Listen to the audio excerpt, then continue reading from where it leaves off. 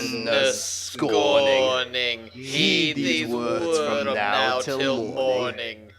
Akko, full of dreams that shine. Lotte of the spirit line. Susi seeks a mushroom tribe. Spoilers all around. The host shall speak, or even shout, of every secret held within. This cartoon we shall soon begin. The views presented that you doth hear from our mouths to ear are individual, not so quizzical, do not represent Dub Talk as a whole. Round about the anime go, full of sights of splendid show. Lively brooms and talking fish. A magic rod to grant one's wish. Resurrections, final tests, lovelorn dance to seek one's best. Mushroom dreams and robot fight. Climb the tree to seek the light. All of this and so much more shall wait behind this door. Enter all into the mania. It's Little Wit Academia. Ladies and gentlemen, welcome to the world of magic. Tonight, the fine wizards and witches of the Dub Talk School of Dubbing are here to present to you a show that many of us have been anticipating the chance to cover for quite some time now.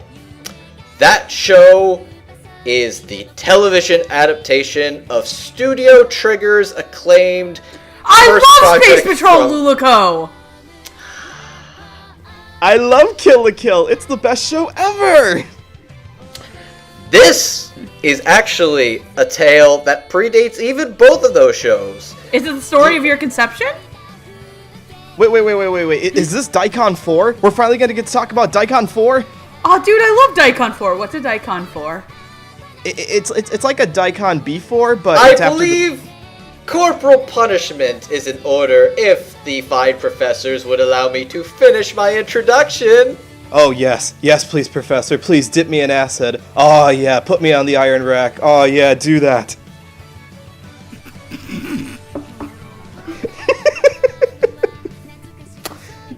We were talking about witches' torture, right? Speaking of witches, tonight we are covering the television adaptation of Studio Trigger's Little Witch Academia.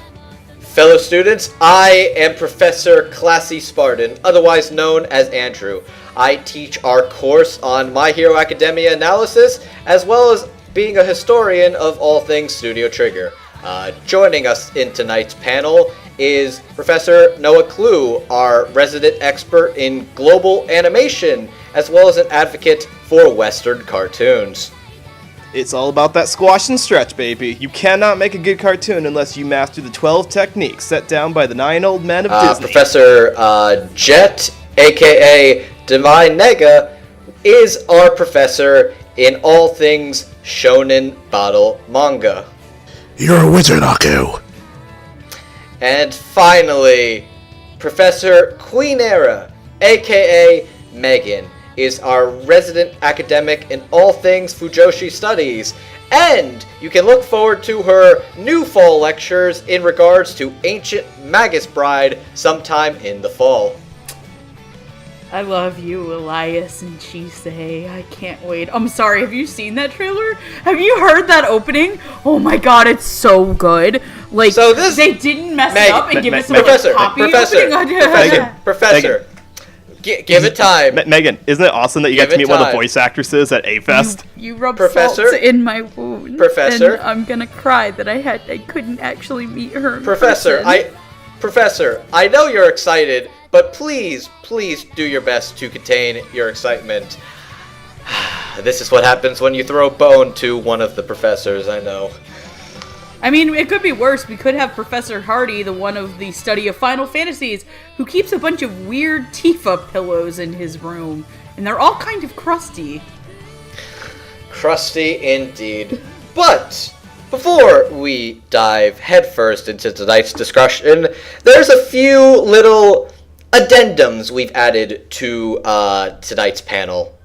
First things first. Number 1, we will do our best to not bring up the elephant in the room and discussing our thoughts on Netflix in regards to anime and simulcasting. That is a discussion for another time, but we will do our best not to dive too deep into this, as that does not affect the quality of the show or its dub. Secondly, we will do our best to pronounce things proper, both for the characters and for the voice actors and crew's names, but we are very likely to fail and fall short in a couple of places. Number 3, there are several other dubbed languages for the Little Witch Academia TV anime, but in regards to tonight's episode, we will be strictly focusing on the English dub adaptation. Que no habla español. Wait. Un fuego de gato en mis pantalones. I only watched the German version of this. What do you mean the English version? I can't do this anymore. What? Can't we switch to the German one instead? Okay, if you think I'm going to look up research for 5 different actors for the same list of characters, you are out of your mind, good sir. Believe me. Perhaps that is a discussion for another day, but for tonight's episode, we will be focusing strictly on the English dub. And finally, this one's a little extra addendum that this isn't entirely necessary, but we're gonna do our best to try this. Tonight, this is a family show, and we ourselves will do our best to keep this one particularly appropriate. What does that mean? We will do our best to not use swears, profanity, and witches' curses. We very well may fail at some point in tonight's presentation, but God, we will so try. We're going to give it the good old college try. Anyway, time out. By the way, Noah and I have actual money on this between each other, in which if I don't curse, he has to buy me Flying Witch. And if I don't... if I don't curse, he buys me Flying Witch. And if you don't curse, what do I buy you? You have to buy me, not just season 1, not just season 2, but all. I only said season 1. How? No, because I thought I had to get you the limited edition version of Flying Witch. There is no limited. No, you only have to buy me the basic edition. Professors. Fair enough. Professors. You have to buy me at least one season of Show by Rock. There we go. You don't want me to bring out the stick. By the way, if I don't do it, Hardy has to buy me the limited edition of Sir Vamp of all shows. All right. And by that contrast, he has to buy me Samurai Jack Season 5 on Blu-ray. Anyways, now that we've watched our panelists resort to petty gambling in the presence of their head professor... You never said no gambling. I mean, I know Kakegurui isn't out for another couple months. Now, as for those of you who are not familiar with the story of Little Witch Academia, it goes as follows. In a time where magic is on the decline in society, Atsuko Kagari is a cheerful girl who enters Lotte Academy. I can't read. Lotte, awesome. In a time... Yeah, let's try that again. In a time where magic is on the decline amid society, Atsuko Kagari is a cheerful girl who enters Lotte Academy in order to accomplish her dream of becoming a witch like her idol, Shiny Chariot. Shiny Chariot is a famous witch who disappeared from public view many years ago. On her way to school, Kagari meets the kind Lotte Yansson and the mischievous Susi Monbavaran, and the three become friends as they share a bedroom in campus. At the academy, Atsuko soon discovers she is in serious disadvantage compared to the other girls, since she doesn't come from a magical family and is required to learn the magical curriculum from scratch. Having found an item that once belonged to Chariot, Atsuko must discover how to activate and properly use the mysterious shiny rod, as she hopes it might lead to finding out what has truly happened to her vanished idol. That was a much longer synopsis than I planned that to be. Thank you, Mal. It is a 25 episode series, admittedly, so they do cram quite a bit of plot in there. And this is why I write my own for every show I do, but Yeah. That was the only thing I forgot to put in here. But with that being said, let's get started. Tonight we will begin discussion with the ADR directors and writers for this particular project. What's interesting about the way the casting for this worked was the first half of the show, the credits were a little unclear. Second half made it much more clear who's who and what's what. But thankfully, Twitter exists, and directors and writers and actors are more than willing to announce who they are and what they're doing. And from what we've been able to gather, the ADR directors for this particular show are Laura Post and Lucian Dodge. As for their other directing credits, currently we have nothing on their other. Absolutely zero. Now, give and take, this is probably not their first time directing a project in general, but as far as we are currently aware, this is our first time covering these two in the directing positions. So, it's interesting to see. As for writers, there's a couple of writers throughout this show in general. Nobody's been credited as a main writer, but... And the credits do kind of say Erica Mendez. Okay, I was getting to that, but alright.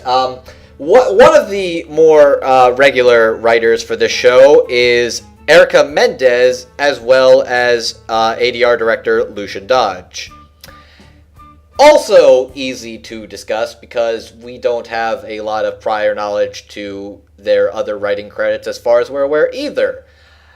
It's a surprisingly fresh pool of people in the behind the scenes for the show, and that's kind of interesting actually. So, I now ask, of this fresh blood of actors turned behind the scenes crew, what do you professors think? Who would like to go first? I'll go, I guess.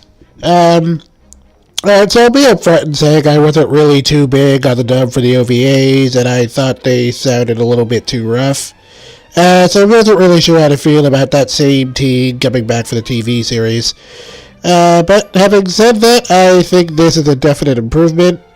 I mean, it has a few rough patches, and some of the performances sounded a little bit stilted in the beginning, but I felt the voice direction improving with every episode, and it really smoothed out the further we went in. You can really tell this one is a passion project, and for their first time of directing, I think Lucian Dodge and Laura Post did a pretty bang-up job, and I'm interested in seeing what they do in the future. Script-wise, I think things worked out pretty well, too. I mean, there were a couple of times where I thought the dialogue felt a little bit too wordy for a kid show, but it never felt too unnatural, and, well, it actually turned out to be a little bit more liberal than I thought it was going to be. Compared to Netflix's subtitles, it never really got to the point where I felt it might be hurting the context of the original script. So overall, I didn't have any problems with that, and I'm interested in seeing Erica Mendez and Lucian Dodge script more stuff in the future. You know, we definitely know that Erica's going to be scripting a lot more because she, as you said, Twitter exists, and she has been mentioning that apparently after Little Witch Academia, she has been getting quite a bit of more work in the writing sphere. And I'm more than curious to see what she's going to be working on. We know of one, but on the off chance we do cover that one, we'll have to wait and see. Mm-hmm. Yes. But let's just say that because this is a... Okay, now correct me if I'm wrong, but all of the cast members in this live in the California region, correct? They are in the California, yes.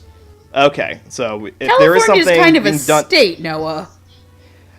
Is it? I thought it was more like a universe. California is its own entity. Well, I didn't want to say just Los Angeles because that'd be like discriminatory if they lived in like outside of the Los Angeles area. They are in the state of California. California is pretty big. Okay, but you know what I mean. Like, yes, they're not Houston locals. They're not the kinds who would jump back and forth between Houston and Dallas over to California. I actually do believe one of the actors we'll discuss tonight actually is on a current Funimation simuldub, actually, but we'll get to that later. Yeah, we will get to that later, yes. So, I'm sorry, Megan, what did you think about the writing and the... I think that the writing was probably one of my more favorite aspects of the show. I didn't get the chance to watch this in Japanese or beforehand because I kind of just watched the English when one part came out, and then the second part came out, and the next day I went to Anime Fest, and then when I came back I had to watch a couple other shows, and then this thing called Hurricane Irma decided to come and traipse through my state trying to kill Jamal and I and the rest of the millions of people that live in this state. Thankfully, I am okay and my family's okay. We, as somebody said, I think every Hispanic mom in Tampa grabbed their planchita and batted the hurricane away from the city. So I was safe.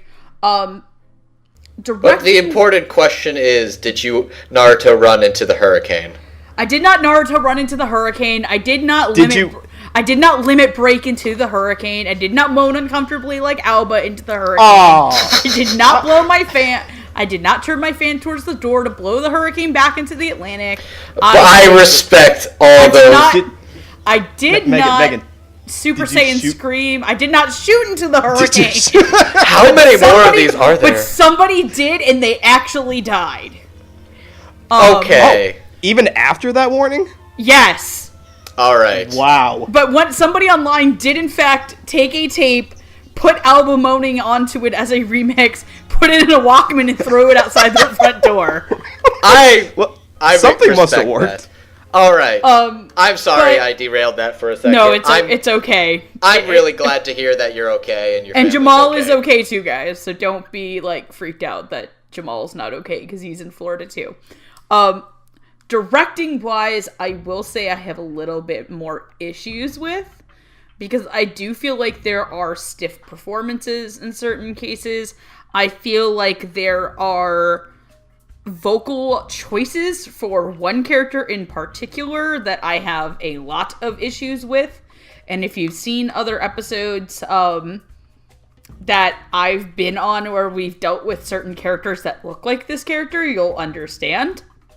But I don't think this is a bad dub. I will say, though, this is not the best dub Netflix has done. And with that, I'm a little bit disappointed, especially for the quality of show that this is. Yeah, I can agree with that. That's fair. Fair point. Definitely. I'm sorry. Now, do you think... In no way, shape, and form is this dub better than Seven Deadly Sins.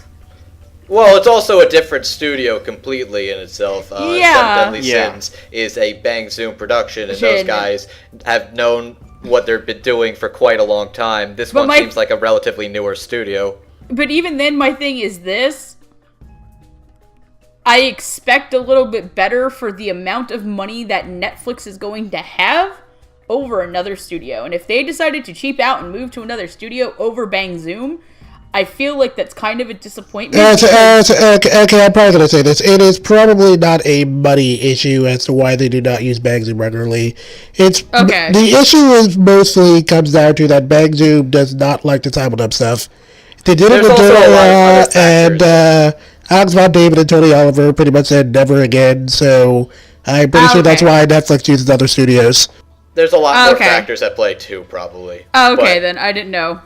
Okay. Now here's a question for you guys, because this show was released online in a very different format. It was, instead of being released week to week like we're used to, it was held off until the whole show was done.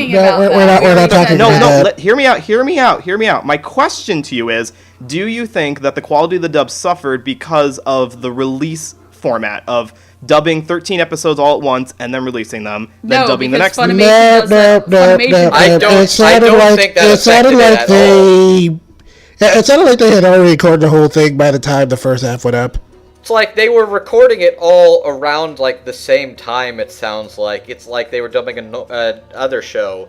It was a regular cycle, and it just got released in the Netflix format, where it's like as soon as they had like most of it or half of it done, they released it. Like it wasn't like a rush job. They were working on it consistently and regularly, it sounds like, for at least a couple of months in between. Exactly. Okay, so I want to make sure that if we call out issues with the directing or writing or actors, it's not a time crunch issue we're talking about. It may just come down to the individual players. Yeah. Yeah. Okay. Yeah. So what would you say your thoughts are? this is, okay, I will be upfront, and I'm going to be nice, Andrew, don't worry. But to all you listeners out there, all of you who really, really like this show, you're going to really like Andrew. And for all you people out there who had some issues with the show and don't quite think it's the anime of the year, I am going to be your favorite person, because I'm going to be the dissenting. And, well, okay, me and Megan will be slightly more dissenting. To be fair on the directing and writing. Okay, so this is not my favorite dub of the year, exactly. That's fair. And I don't think I can blame that on the directing and the writing, because this show is full of quite a few archetypes, of Japanese archetypes based on their character designs. Their Japanese actors lends themselves to similarly archetypal English adaptation. So, with that, I think the director and the writer did great with the material that they had. They infuse energy into characters when they get excited. They don't cop out in the wild take moments. They do infuse drama in some of the characters who are a lot more reserved, like Lotte or Ursula. And they go over the top with some of the characters who need to go over the top, like Amanda. So I don't really think I have any qualms with the writing or the directing specifically. There's just going to be some individual cast issues that I think were less well directed, but only because the material they were given wasn't the strongest to begin with. If they wanted to get much more liberal and perhaps infuse more meat into the dub than what was actually in the original Japanese, they would have strayed further away from what was there to begin with. So for what they had to begin with, I give them 4 out of 5 stars. Alright. As for myself, I will admit, it is not a perfect production. There are some characters and some decisions that are a little odd and perhaps not the top tier quality you would think, but even then, everything I hear and see about this show, and even knowing that it is a fairly, it is a newer group of people behind the scenes, but it is a group that is extremely caring and passionate about the material in and of itself. So it's one of those things where it's like, I acknowledge that there are issues and flaws with some of the deliveries, or maybe even some of the line reads and whatnot, but even then, I very much can tell that this is a passion project, as you said, and I think that really resonates with me when it comes to covering this dub, because I am somebody that was very familiar with the Japanese voices and stuff. So going into this dub, I hadn't even seen the dubs for the OVAs, actually, since I heard those were a little rough. So I was cautious going into this dub, and I was surprised in some areas. There were some characters and performances that were a little weaker than I would have liked, and there's some that I was really concerned about that actually pleasantly surprised me. So, all in all, it's a solid dub. There is one element that gets a little lost in the translation, is that Akko is Japanese, her character is definitively Japanese. Then the story is supposed to take place in a nondescript European setting, the actual creators of the show went to Europe to get castle designs, and they wanted to give it almost like a Hogwarts feel to it. So that wonderment of traveling to this foreign country may be a little lost on us because we're a little more used to Western civilization settings. I'm not really sure it's that lost. It's a matter of being a normal person going into an extremely magical, mystical environment. It's not that it's a localization thing or whatnot. It's totally understandable depending on the setting, and just being that I lost my train. Just being a normal person going to a magical world is something that you can relate to. It's not a matter of boundaries or nationality. Oh, definitely, absolutely. I'm just saying that one element of it is lost on us. There is still amazement and wonderment to be had in it. It's a little lessened to us silly Americans. Sorry, I thought my fan turned on for a second. Alright. I'm your number 1 fan, Andrew. Yeah, you wish, buddy. Anyways, now, with all that out of the way, now I think it's time we discuss some of the other professors at this school. There's a number of incidental one-off characters, but tonight we will be covering the 2 professors that probably have the most weight and memorability throughout the entire story.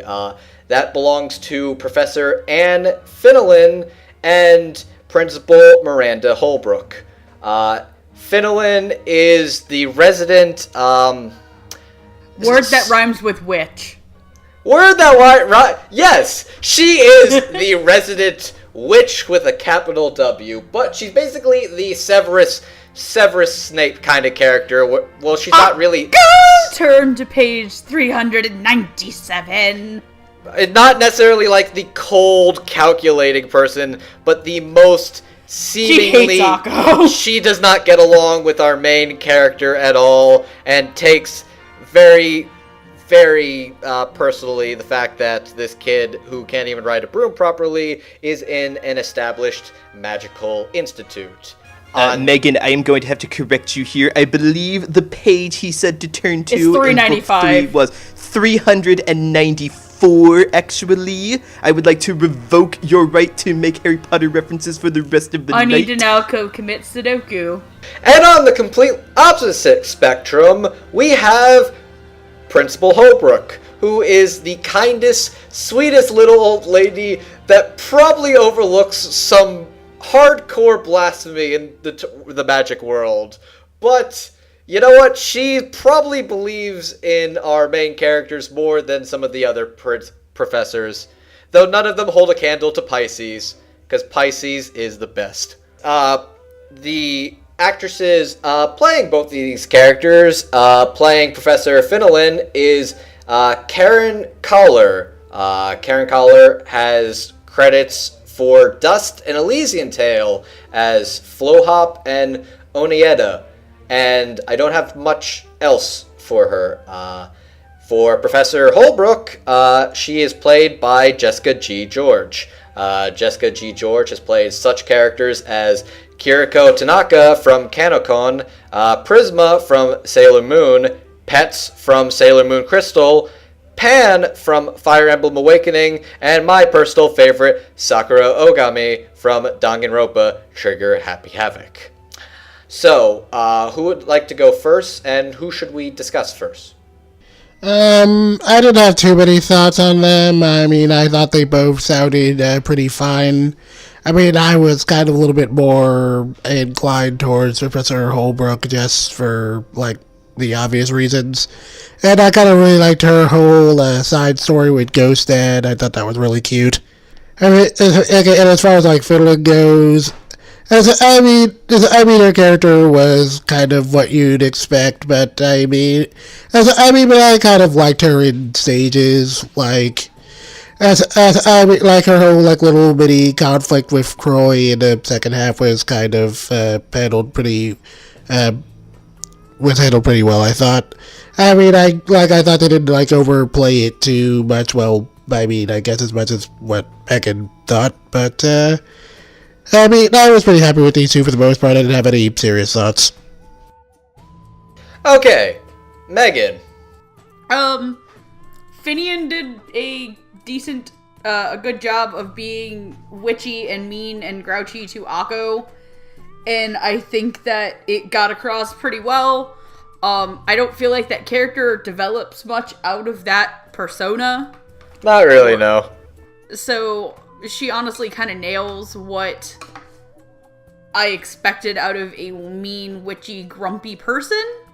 And then Holbrook is the nice older witch, right? Yes. She does a really good job.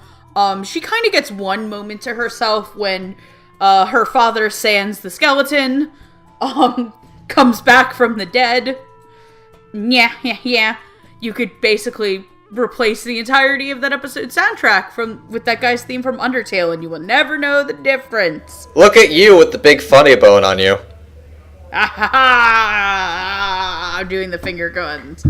It's hilarious because Toby Fox does the music to that, and Hive Swap finally comes out tomorrow. I remember Homestuck. I remember that Megalomania was from Homestuck first. I tried to suppress that fact. There's an entire language of people are speaking. I drink to forget Homestuck. Everybody drinks to forget Homestuck. Cosplayed from Homestuck. Anyways, I used to cosplay Nepeta, best character. But no, I really liked Holbrook's voice. She kind of had that gentle grandma voice. And she did get some development, unlike some of the other teachers, like rip off Madam Hooch from rip off New Jersey Jets coach Madam Hooch from there. So I think they were honestly two really good background character voices. So that's that. All right, Mr. Clue. I'm not really sure that the writers knew exactly what they were doing with these characters, but because a lot of the characters have to be very archetypal, we need to have these type of characters. We need to have one stuck-up, by-the-rules, no-nonsense teacher who will take your head and smack it into the book if you get the question wrong again. And we need to have the kinder female Dumbledore character to balance out the maternalness a little bit. As far as the acting on it goes, it's okay. It's okay. It's not really... nothing's done very wrong. I definitely think that Jessica did better than Karen did, but only because Jessica got more emotional moments, especially in that scene where the skeleton comes back to life, and it's like, why couldn't these guys have been the whole show? This is like... I want to know more about this guy. Like, I want to know about his pirate backstory, and, like, did he ever have an encounter with, like, the Pirates of the Caribbean? And there's, like, a whole story in there that we're just meant to guess about.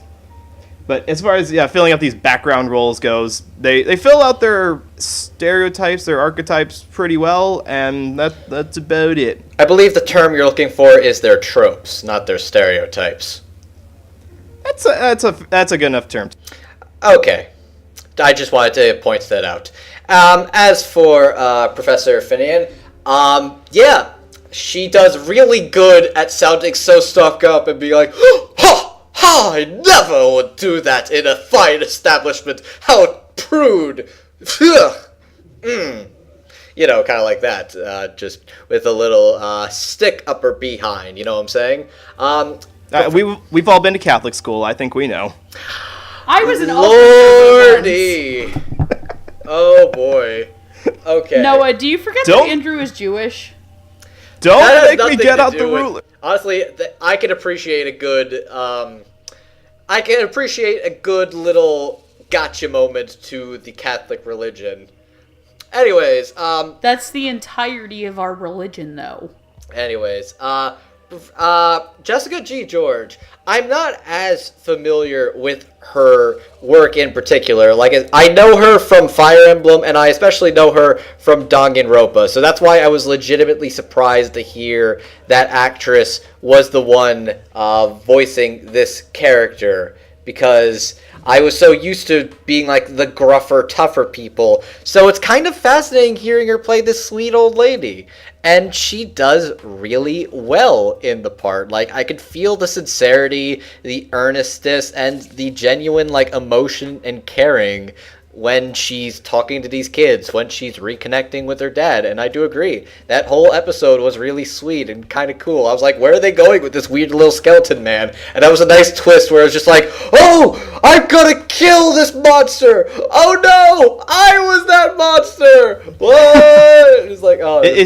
It's such a gotcha moment. It's almost like a Lost Kino's Journey episode where it feels like it's a big twist at the end, but you don't feel betrayed. Given him pasta.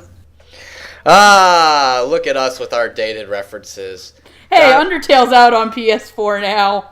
Yes, and y'all can go play it. And I probably should finish that too soon now that nobody's croaking about it so much anymore.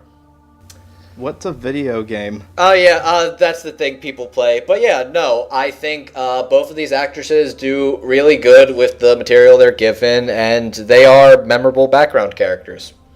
Okay, before we go on, because we're not swearing tonight, Roots just retweeted this, and it's a picture of a jacked Winnie the Pooh that says, "Sorry, sir, this is a Christian server, so no swearing." You want to just put that in like the disclaimer or something? Let's just at the very end. Okay. Anyway, I sent it to the Twitter group chat, but it's oddly fitting. But I mean, like, this Winnie the Pooh is jacked. He's got a red wife beater shirt with that looks like it has cut off sleeves. Well, it sounds like different than his regular shirt. He's like more ripped than Mario is. By the way, we learned that Mario has nipples today. You can't see the nipples. All right. I told you, Andrew, you gotta rein these people in. I think it's time for us. We were getting a little crude right there. I think it's time. we said no swearing, not no nudity. Okay. Which is worse. Miss Megan, allow me to finish my segues, for Pete's sake. It's time for us to get a little classy in here, you know what I'm saying? A little more refined, gentlemanly. It's time to talk about the rich boys. We will be discussing Andrew Hambridge and Frank. Andrew Hambridge is the son of the rich, esteemed Hambridge estate, who is supposed to be a great politician when he grows up, and is attending an all boys rich school. And Frank is his best friend, and I don't think I have a surname for him. His name is just Frank. It's Filthy Frank. So he's just Prince, you know. No, it's just Filthy Frank. By the way, before I go on, I'd like to take a moment and say it is weirdly cathartic to hear in like a show everybody going on about how handsome, smart, intelligent, and hot Andrew is. It's one of those. Is your head swelling through the roof? It kind of raises my ego up a little bit, where it's like, guys, I can see his head from all the way. Where from I can out hear Akko just going up and being like, "You should see it from out here." Where I just hear Akko being like, "Are you the handsome Andrew?" And I'm just like, "Yes, I am." Thank you. Now I know why Andrew likes this show so much. Okay. It all makes sense now. Okay, you sit right down, good sir. I am not that. Take a minute, just sit right there, and I will tell you how I am the one named Andrew. I messed that Fresh Prince that was the worst and whitest Fresh Prince reference ever. I'm going to go hurt myself by remembering that Seven Mortal Sins is a show that exists. Alright, before we completely take these rails, let's rein it back in. The actors who are playing these characters, the one playing Frank is Benjamin Diskin. Wait, you mean it's not Filthy Frank from the internet? No, it is not Filthy Frank from the internet. Benjamin Diskin, or Ben Diskin, you might know for such performances as Bon from The Seven Deadly Sins, Joseph Joestar from JoJo's Bizarre Adventure, Satoru Fujinuma from Erased, and Sai from Naruto Shippuden. As well as, to go with the Studio Trigger theme, he is the voice of Takarada from Kill la Kill. You know, the Takarada. I can't repeat the line! I know you can't, but if you've ever seen Kill la Kill, and you've ever seen a character named Takarada, let's just say very fun thing. Takarada is a gift to the world, and somebody put together a compilation of the best of the Kill la Kill dub. And when I got to Takarada, it convinced me to go actually watch the show, because I had been steadfast on never watching Kill la Kill. I'm glad you changed that. And I'm glad I did, because it is probably one of the most cathartic shows I've ever watched. Okay. As for handsome Andrew Hambridge, that would be our ADR director, Lucian Dodge.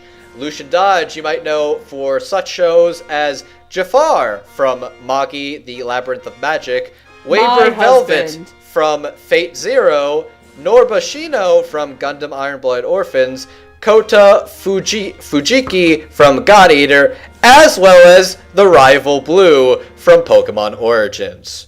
Now, what did we think of both of these performances? Jet? Okay, well, I mean, as far as Ben Diskin goes, his character is just kind of there, so I don't have too many thoughts on it. I mean, but as always with Ben Diskin, it doesn't sound exactly like any of his other roles. He does his best with what he's got, and it's a pretty fun little performance for a background character. I kind of like Frank. As far as Lucian Dodge goes, I thought he did really fine with the material too. A couple times where I thought he sounded a little stiff, but I thought that fit the character pretty well, because Andrew is a very stiff character, and I I really kind of liked his character arc over the course of the show, how he kind of like changed his perspective and made upon meeting Akko, and I thought the two of them kind of had a nice little chemistry. So, Megan. I'm sorry, I'll go next, and I am so sorry to the hundreds of Trigger fanboys and fangirls and Andrew fanboys and fangirls. I don't think this character needed to exist. I don't like this character at all. Shots fired! Shots fired! That has nothing to be being a Trigger fanboy. Okay, but alright, continue. It's a criticism towards the show, that's why. Yeah, and it is as holy. much as there are very nice people who will take criticisms to their shows, there are also people who are frothing at the mouth, now getting pitchforks, and attempting to locate me via some weird internet logic to come find me and murder me. Get on with it! Get on with it! Sorry. But I think I like Frank's performance. Frank is the doofy best friend character, which is all Frank kind of is the doofy best friend character. And Ben Diskins has shown himself to be able to do everything from dramatic to doofy best friend, so it fits here. I will agree that Lucian Dodge is kind of stiff, but I think that's more the character's fault. I mean, Andrew gets better towards the end, but then again, I feel like the character was shoehorned in to give Akko a potential love interest when she didn't need one, but that's that. So I could take or leave Lucian's Dodge performance. It's not the worst thing I've heard, but it's not spectacular either. Noah? Well, I'm going to be the one on the other side of the pitchforks, actually, because I'm also in agreement that both Frank and Andrew didn't really need to be in the show. And so, on that note, I don't really have much to say about Ben Diskin's Frank, just because I don't quite remember any lines from the character. I remember him being there. I remember there is always that right-hand man in every show. I do remember him getting stung by the love bee and falling in love with Lotte. That was probably the most entertaining thing he does, and that's it. That one was Frank? Okay. That whole episode was quite the experience in and of itself, because everybody fell in love with shoujo variations of themselves, as well as... Diana fell in love with herself, and that was the best Diana fell in love with... She fell in love with Akko, too, which I'm sure the shippers had fun time. And then she fell in love with herself, which... Boy, there's plenty of jokes She goes there. full Justin Zoolander. Is there anything wrong with being really, really, really good looking? Who is this, a dub for ants? I mean, if you're going to do a parody of A Midsummer Night's Dream, which is what that episode was, then you might as well go all wacky with it. All right. Yeah. And so I wish I had nicer things to say about Lucian Dodge's performance, because he does a good job. Like, there is this archetype of a princely character that is in a lot of magical girl shows, and I'm not just talking like shows with witches, but I mean like magical girl shows, because there has to be a tuxedo mask character, or there has to be a whatever his name was in Cardcaptor Sakura, or there has to be a Muto from Princess Tuto. Li Xiaoran was a Satan actually plot productive. I'm not saying that they aren't all necessary. I'm saying that the archetypes is written into the show all the time.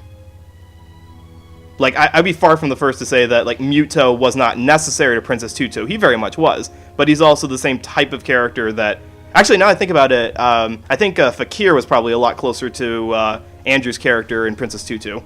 Honestly, yeah, he was. Yeah. All right. So Lucian Dodge, you did good, man. You were given a role with not a lot of meat to it, and I do like, I'll give him this. I do like the fact that he does know how to portray a guy who's supposed to have a stoic personality, but you can kind of see like his personality cracking at liking this crazy Genki Akko girl who's not like you would think wouldn't be his type of girl, but it kind of works for him, and he's not really sure how to cope with that. That is the most interesting thing about watching Andrew in the show. I actually I get the criticism there, but I do think he is a fine character, and he's, like I said, his arc throughout is pretty fun and interesting, because in general there always are those types of characters that are just sort of like forced into these dynamics, and they're not really sure if they want to be or if they want to do it because of obligation, which I do feel is a fun contrast and interesting contrast to Akko, whose whole thing is that she's... But that's what Diana is for. That is true, okay. But I don't think it's bad either way. It's a fair arc regardless. I mean, Andrew does serve a story purpose, because one of the many things the show tries to do is talk about how magic is receding in relevance, and so he kind of represents not his dad, who is clearly the guy who does not care about magic, but the upcoming generation, and like how do they feel being stuck in between the two of them. Mm-hmm. Like, I think he is, like, an interesting character, and I do enjoy him. I really like the way Lucian Judge portrays him very well. He is, like, that very stiff, stoic guy, but you see the cracks showing, and he's showing a little more in general, the more they hang out, and, like, when he's laughing on the bench. I do think it is fun as well. And Frank is fun, but like I said, he is goofy friend guy, but he's there. But he's enjoyable every time he's there, and I do like Ben Diskin as him. I have a little, like, before I had even started this show, an artist friend of ours, like one I've commissioned, we've commissioned several Dub Talk pieces for. Shameless plug. I'm not even shamelessly plugging her. She's really great. She's honestly worth it. Yeah, no, her stuff is great. I know, really... like, one of the things before I watched the show is that she was a huge shipper between Andrew and Akko, so that was, like, prior knowledge I had of this. I was wondering, okay, what is the dynamic these two have? And it's like, okay, yeah, I see it. Like, they're a fun chemistry. You could argue whether necessary or not, but I do think, in general, some of the best stuff in the show are the character interactions and dynamics, and I do think this is one that does still work and is still compelling to me, and I think they're both performed very well. It's just woefully under-focused on. I think there's like 3 of the 25 episodes where we see the two of them together, if I'm not mistaken. I think there's a couple. There might be like 4 or 1. I'm pretty sure it's at least 5 or 6. I think it's at least 5 or 6. There's the ball episode, and then we don't see Andrew again until 6, Amanda 10, and Akko. Where he shows up for the first time and they go to the Fountain of Polaris. Yeah. There's the they sneak into his ball, and then they're going to Diana. The 2 with Diana's family. And then like the stuff where they hang out. And then he's kind of there for the entire finale, so it's like and he was kind of there for the finale. So. Okay, but the point I'm saying is I do enjoy the character. I do enjoy his character. Like, you could argue necessary to the plot, but in general, I think some of the best stuff in the show was more like the character interactions and dynamics, and I think him and Akko make a pretty good one. All right. I'll give you that. Yeah. Okay. I'm going to say this before we start right now. We will do our best to try and stick more towards story stuff to the end of this episode henceforth. I say this because I feel like I have to say this. We are going to be discussing 2 professors, 2 sides of the coin. Professor Ursula Callistes and Professor Croix Merides. And Professor Ursula in general, the worst kept secret ever, or if you've just watched the first OVA, you would know that she is, in fact, Shiny Chariot, or as her full name is apparently, Chariot du Nord. I'm surprised somebody actually named their child Chariot, but that's another matter. Witch is gonna witch, man. It's Europe, you know. It's like. So I mean, Gwyneth Paltrow named her kid Apple. Anyways, Professor Ursula, aka Chariot, is the mentor, guiding figure towards Akko, while Croix serves more as the antagonist? Question mark. I know you didn't want to talk about the story really quick. Can I just throw it out there super fast? I'll give you 10 seconds. I hate Croix so much. She's awesome. The worst character in the show. That's not plot relevant, but okay. Okay, that's fine. Anyways, now we will discuss who is playing both of these characters. Playing the voice of Ursula is Alexis Nichols. I probably said that wrong. Nicole? I don't know. I thought it was pronounced like Nicholas, but I don't know. I'm not sure how to pronounce that, and I apologize if I butchered that. I assume it's like Nicole, like the name Nicole. As for prior voice roles, she actually plays somebody else in Little Witch Academia. She is the voice of Barbara Parker, aka one of Diana's posse. And she doesn't have any other listed anime roles outside of that. And Croix is played by Caitlin Elizabeth, who is also a completely fresh face in regards to anime dubbing and voice work. So, with that out of the way, Jet, would you like to go? Okay, sure. Alright, so as far as Alexis goes, alright, so looking back at the OVAs for a second, I gotta be pretty blunt in saying that her performance was probably one of the ones that bothered me the most in that dub. I thought she sounded pretty stiff in that version, and I wasn't too impressed with how she sounded here for the first couple of episodes. However, I have to say that she really came around later on. I mean, and while I'm not, totally in love with her performance, I definitely feel like hers is the one that improved the most. And, one of her finest moments for me was definitely in episode 7 when she was standing up for Akko against the other teachers. And I really kind of bought into her level of passion there for wanting to help her.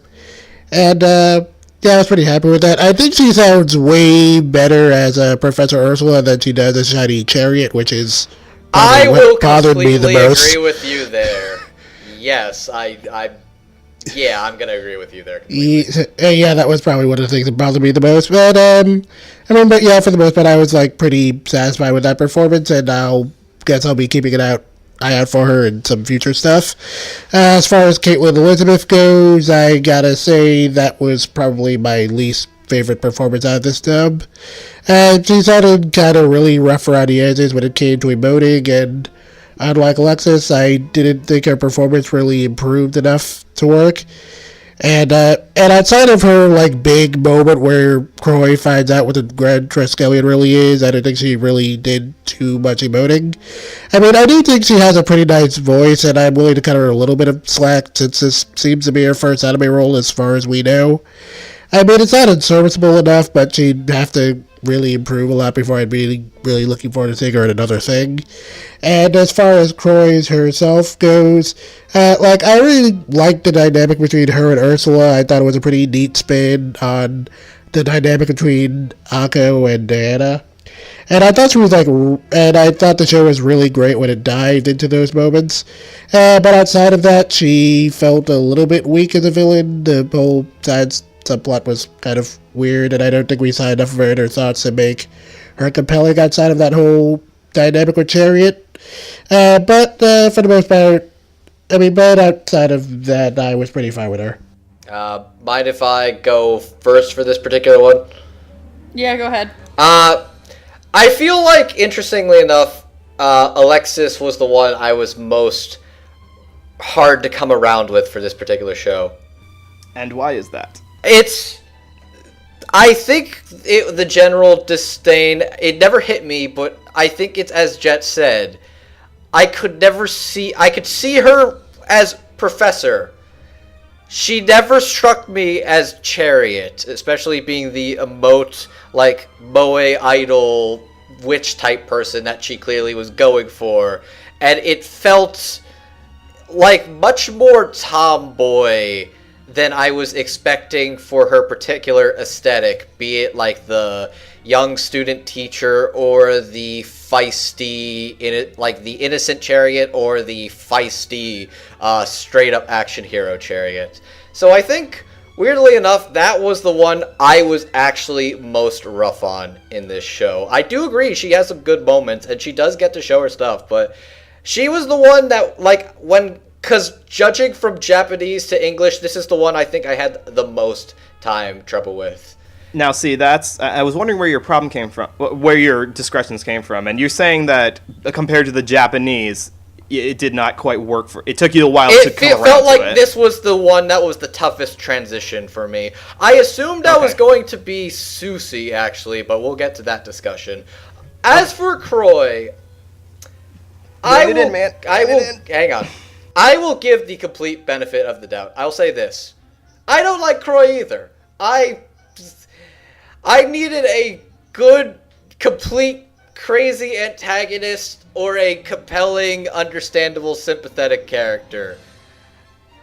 This character tried to have its cake and eat it too, and it kind of doesn't work for either, and the plan is weird and doesn't make sense to me. However, I'm going to give credit to the doubt to Caitlin. I'm going to say perhaps it's a strange choice for Croix, but I actually do think it is an interesting, good voice. And the way she comes across, it does work at being kind of nefarious and scheming, or like seemingly friendly and cool and suave, but definitely being a little like something's going on behind the thing. I feel like, as weird as this is, the voice would work if Croix was better as like a villain. Because I'd like to see and hear Caitlin do other things. Because I actually was surprised with how much I thought the voice was interesting. Perhaps maybe not the best for Croix, but I actually, like I said, I'm not going to discourage what I feel could be new and potential talent. I just think it is definitely... It's one I was a little more forgiving on for some reason, and I thought it was a cool voice. I think that was gonna be the surprising give and take. I just wanted to get that out of the way. That's fair enough, because there's... Yeah, because... Do you want to go first, or should I go first? I think you have a lot more to... you have a little more bile towards Croix's character, so can I let you go last? Go ahead. Okay. Because I'll start with Croix ahead and say, I agree with you guys. I don't like the way this character was handled.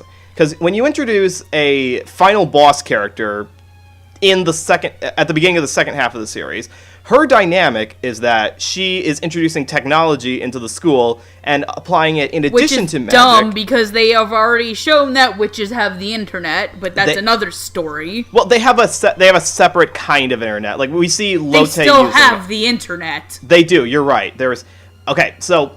We all know from reading Harry Potter that technology should not work in conjunction with magic. That's just been like a stereotype. Croix is one of the people who's trying to advance the entire wizard and witch environment, the entire world, by integrating... she's basically trying to use technology to capture the magic from the ley line, which, if you know your magic history and terminology, you know that the ley line is an actual British magic term, I think, from like some fantasy books. But anyways, people think that's a bad thing. Like, some people, like the older people, think it's a bad thing. The good, younger witches apparently think it's all a good thing. We as the audience are apparently supposed to also think it's a bad thing. Just the way it's framed. We're supposed to think she's the bad guy, therefore this technology must be bad.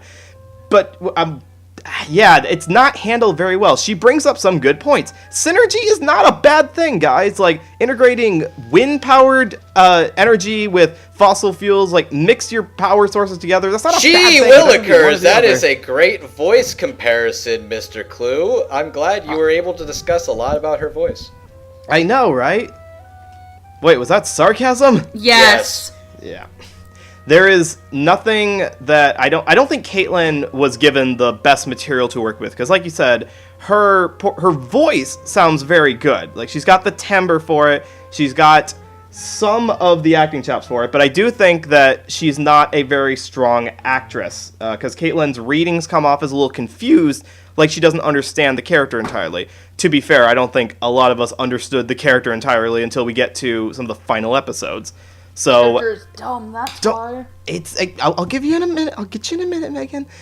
But there's no... Yeah, this one was... Caitlin was not given the best material to work with. So, qualms I have with it. I am also, like you guys said, willing to give her, like, the benefit in a future dub if we hear. Like, this is not going to pigeonhole her as being a bad actress because of this one role here. But it's not the best foot forward either. What about Ursula?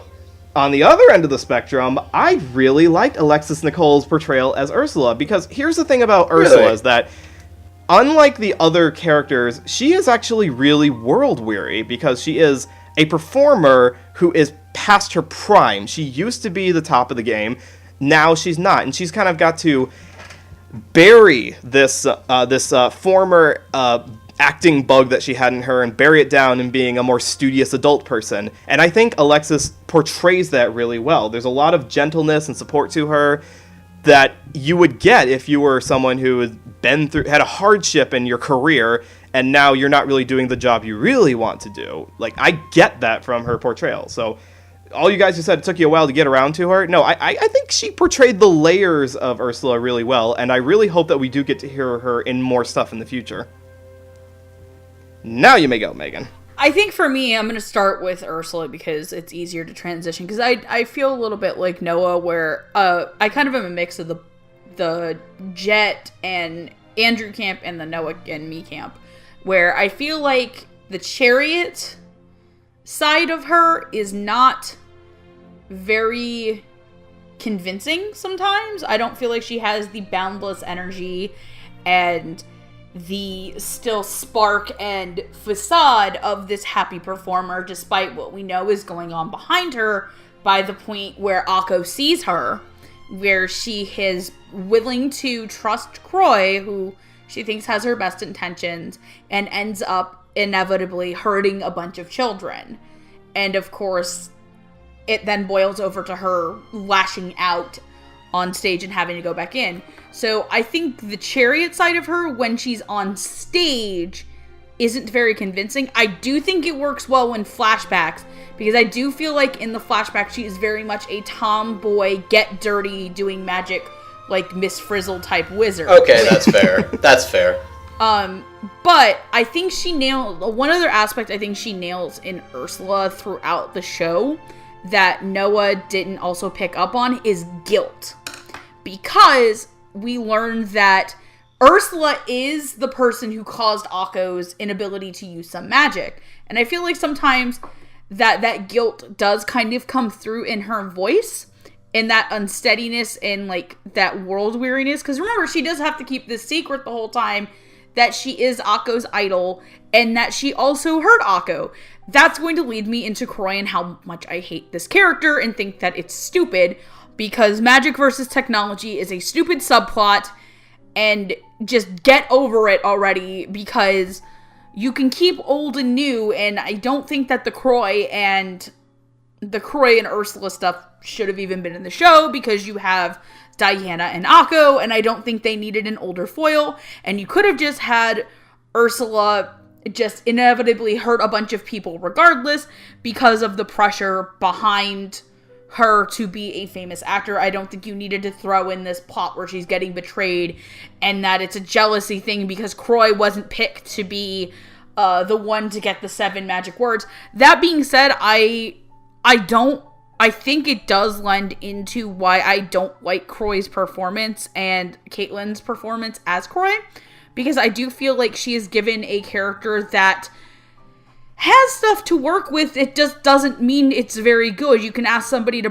build a house, but depending on the materials you give them, it's going to determine how good of a house it is. And it shouldn't pigeonhole her from being in stuff, because like Noah said, she does have a really good tone and timbre to her voice. It's just emoting and getting across things. I mean, when Chariot falls off the tree because Croix tricked Akko into climbing up this tree that will poison her and will cause her to lose her ability to fly forever, and Ursula saves Akko. She kind of has this moments like where she's supposed to be kind of like more emotional at seeing her friend / rival get hurt, and I don't think it was there in that moment. I was like, okay, this is a little bit disappointing. Yeah, I'll agree that there were some scenes where we're talking about Croix started to get still feel resentful for what she's doing. I didn't quite buy the resentfulness. Yeah, I didn't buy the resent in her voice. Because again, if you're asking me to become invested in a subplot that isn't, for one, in my own opinion, very good, you should at least direct your actor to really sell it. And I don't think she sold it. I don't think, again, this should not pigeonhole Caitlin Elizabeth from being in any other dubs. that the studio that's handling it does, or any other future Netflix dubs. I would like to kind of see her get to do other stuff. I just feel like this wasn't a very good first showing, in my opinion. That's fair. Like, that was the main thing, is that I really liked her voice and the way she sounds. It's just, my gripe is, what is this character supposed to be? Is she supposed to be diabolical? Is she supposed to be sympathetic? I couldn't quite... It's like the show has too many subplots and doesn't know what it wants to do. Alright, we can get that more when we talk about plot later. down. We can get to that. Alright. You're absolutely right. But first, with that said, I think that was a very mixed, interesting discussion on those two particular characters. Now, with that out of the way, I think it's time we meet our student body, if you will. First up, we are going to meet the B team, or the extra squad. This consists of 3 fun characters. Miss Amanda O'Neill, Miss Jasminka Antoneko, and I'm going to pronounce this whole name, so help me God. No, don't do it, Andrew. You're not going to make it out alive. Don't try it. Constanze Amelie von Braustbank Albrechtsberger. Whose name is so long that on her mugshot they had to tape on the extra name to fit it all into one shot. I could believe that totally happened too. Okay. So, Amanda O'Neill is, how would I describe her? The tomboy. Can I sing a song? No. I got a song for this. No. She's a rebel. She's a saint. And the rest of the Green Day song. I was going to say that she is your Sonic the Hedgehog, My Little Pony OC given life as a witch. That works too. And Jasminka, she likes food, and Constance is the techie. It also makes a freaking a mech. She makes a mech. Gosh dang it, mech. It turns in... It's a sequence of a couple of episodes. We go from Little Witch to Kill la Kill to Gurren Lagann. Yeah.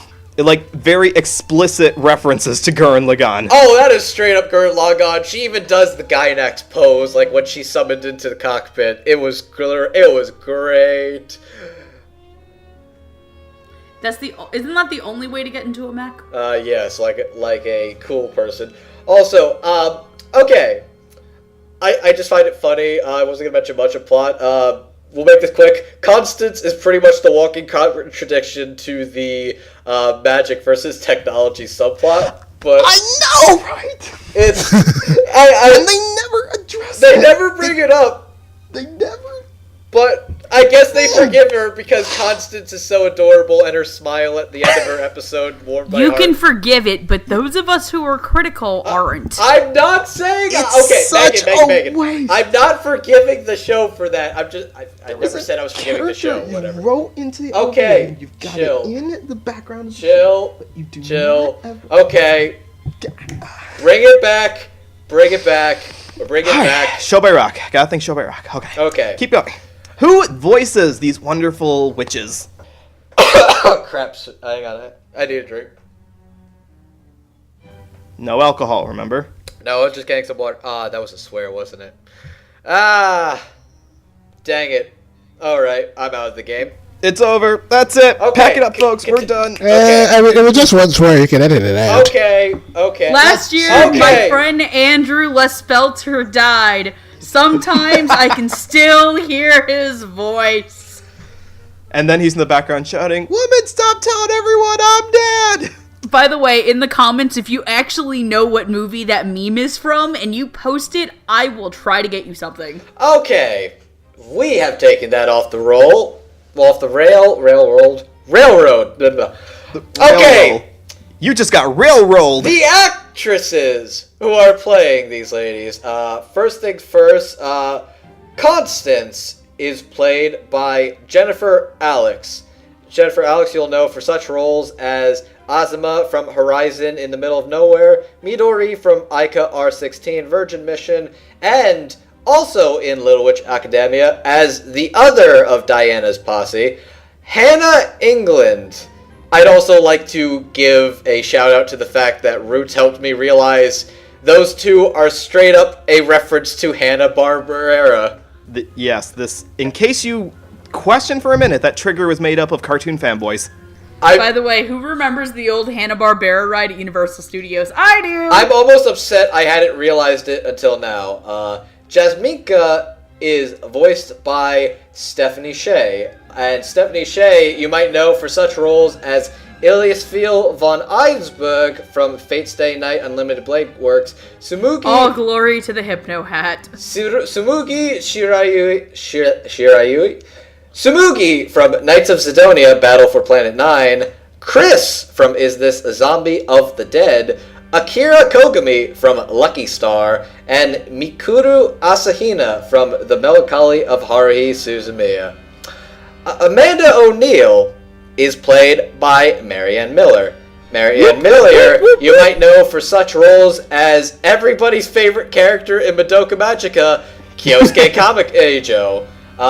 Young Kiritsugu... Wait, was she the one that Sayaka was thirsty for? Yes, she was the one Sayaka was thirsty for. Can I please repeat my favorite blooper? Why are you taking me to the roof? Paraplegic base jumping! Don't. She's also the voice of young Kiritsugu Emiya from Fate Zero. She's also Yuta from Squid Girl and Rekon from Sword Art Online. She's also also the biggest Yuri on Ice fangirl I have ever met. I'm not gonna say it, but she does in fact have a role in Anohana. I'm not saying it because I believe we will be covering that show in the future if the stars align. So I feel like for these three, we should probably go around and talk about the characters individually. How should we go? You want to go Constance, Jasminka, Amanda? Yeah. Well, do we really need to talk about Constance? Constance is going to be very brief. Okay. Constance grunts, that's it, and she did good grunts. I feel like I feel like Jasminka and Constance are both kind of like shrug, but... Okay, Constance, she's adorable, and she does a pretty good job at doing that. Noah? I don't have any... Constance needs to be in way more episodes, that's all I I'm agree say. completely. Yeah. Anyways, I get to play her in a video game now, so that'll be awesome.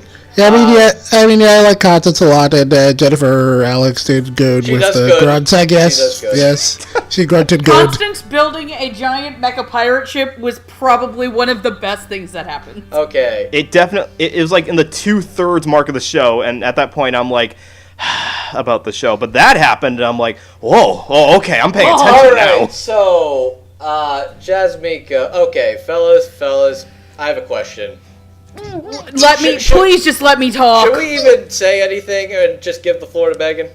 No, I have no words. Okay. Nothing. So, all for Megan. Here's the microphone. Megan, if I give you a 3-minute timer and let you go, can you do this? Time me, I'm going in. Okay, just remember, no swearing. No swearing. I know, I'm not gonna swear over this. Just do like they did in Fantastic Mr. Fox, you know, where they just replaced curse words with the words curse. Okay. Like, you cussing with me? We're going for... Fudge. Okay, you... Fudge you directing team. Wait, hang on, I didn't start the thing. This is gonna be a total cluster cuss. This is gonna be 3 minutes. Try and keep it... Cluster cuss? Try and keep it appropriate. Try and keep it critical. And 3, 2, 1, go. Whoever thought they could tell Stephanie Sheh to do the fat whale voice is an idiot. I'm sorry. I get it's supposed to... I don't care if the Japanese did this in the Japanese version, because guess what? The Japanese can actually be wrong. Fat people do not sound like beluga whales, or blue whales, or killer whales, or dolphins. Not unless we're trying.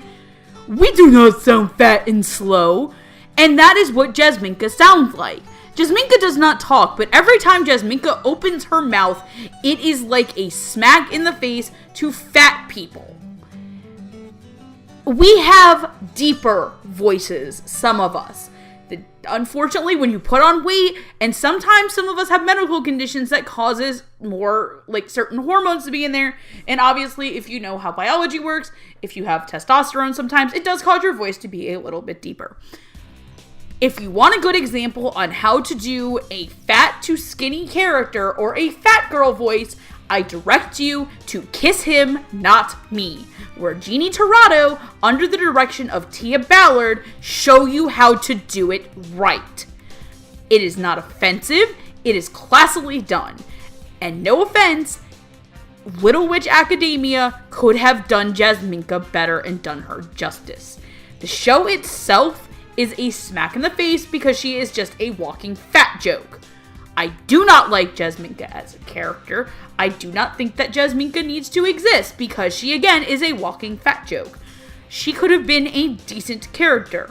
Like Constance. Constance gets an episode to herself, never speaks a word, and still yet becomes a fan favorite. However, the English adaptation could have at least spared the poor little fat joke and given her a little bit of dignity. Stephanie Sheh is a good voice actress, and I expect better out of her. Don't pull this again. I know I have no pull as a director or writer, and I will probably be shooting myself in the foot for a California job. But I am not going to sit there as a big fat girl and take this lying down. If Funimation can do it in a show where the joke is literally about a girl who gets skinny because her favorite character dies, then you can do it too, Little Witch. End of story. Okay, that was 20 seconds remaining on the clock. Alright, good job. Okay! I'm sorry, I'm just angry at this. Stephanie Sheh is a really good actress! Yeah, you're right. The character Jasminka didn't even have that much dialogue to begin with. I need a drink. I'm sorry. I'll be right back. Just keep Take going. a second to breathe, okay. Yeah, okay. Continue. Like, do you guys feel like there was, like, anything was written specifically for this character? Like, could you have replaced the character with an inanimate object? I really want to see more. Yeah, I'm pretty sure she didn't need to exist, and I'm pretty sure that's probably why they double casted Stephanie Sheh, because they were like, screw it. We can put another actor for this. I wanted to see more of this character, and you can do more of this character. I just don't think they did a lot with this character. I was almost surprised she was in, like, the final scene. It was like, oh, you're helping. You're helping. Yeah, I will say I won't blame this entirely on the direction, because they did. I'm actually kind of curious if the decision. Sorry. I'm curious if, like, the decision was like a Japanese executive kind of thing or something compared to, like, I don't know how the business things or how the localization decision work. I'm not going to sit here and judge. The decision was made regardless. It's just not one that I was like, that I know we weren't particularly too fond of, but I don't know if there was a thing. Okay. Yeah. Okay. I mean, all I know is, like, this is a role reprisal from the OVAs for some reason, so I can't really blame the direction too much in this case. I mean, she was already there. There's not really a whole ton you can do to make that sound tolerable. So, yeah. Well, no, you could have easily given. I know that's what they did for the OVA, was the same. Would you like a bite? Kind of voice that it's not funny and it's not really enduring to listen to. They had the artistic liberty to change the way Stephanie portrayed her in the TV show. So I am going to blame the direction on this one. The thing that I'm trying to say is there could be the possibility the decision was made behind the scenes where they didn't have the liberty to change that or something, is what I'm saying as a possibility. I don't know who's at fault. I'm just saying, whatever the case is, it wasn't a good decision in our opinions. Okay. Nah. Alright, what are we talking about? We just finished wrapping up Jasminka, basically. And now... Also, I want to say one thing about this, too, because I was thinking about it as I was going to get a drink. Stephanie Sheh should have also maybe said something as an actor, because she is also an ADR director. And I know that sometimes you don't get to pull that crap, but I'm just saying you probably could have said, hey, let's maybe not do this. Okay, I'm going to actually pull the rug under you from there, because I'm not going to say, like, make the judgment on the actor for not saying a thing or not having offense or umbrage to a thing. That is... Yeah, I'm not going to compromise. Don't compromise your job. Because... arguing and talking back to decisions is definitely not an encouraged thing for an actor to do in general. But we're not telling people how to do their jobs.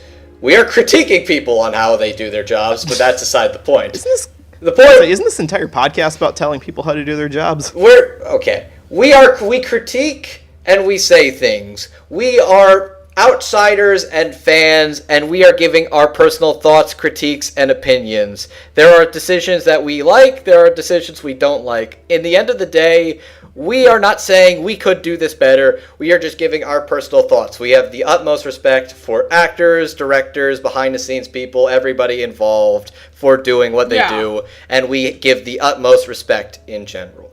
Now that I think we've gotten all that out of the way, let's move on to Amanda. Because Amanda is fun. This character is straight up, every time I look at her, I feel like she's a Sonic the Hedgehog character where it's like, I'm too cool for school, I gotta go fast, and she's great. She's so much fun, and she's got a lot of personality. She also has some, glorious, animation moments in the first OVA she shows in. I like this character. I like her design a lot. She's cool. We should talk about her vocal performance. Let's get a little back on track with that. Jet, what did you think of Marianne as Amanda? Alright. Okay, so in the beginning I have to say I was kind of a little bit weirded off by how she sounded, because it kind of came off as, and I kind of apologize if this sounds a little bit rude, it kind of sounded a little like butch. And the voice she went with here kind of sounded more like something I would expect of her voicing a little boy rather than a girl. But the performance itself I thought was really solid. And while the voice itself did kind of take me for a loop at first, I thought she got Amanda's attitude off really well. And it ended up being one of my favorite performances. I really enjoyed how much she played off Amanda's personality, and gotta give my which caps off to Marianne Miller. Kill me. Amanda Miller. It's she is the character now. Alright, Megan. You go next, but you cannot mention Yuri on Ice at all. Darn it. Go.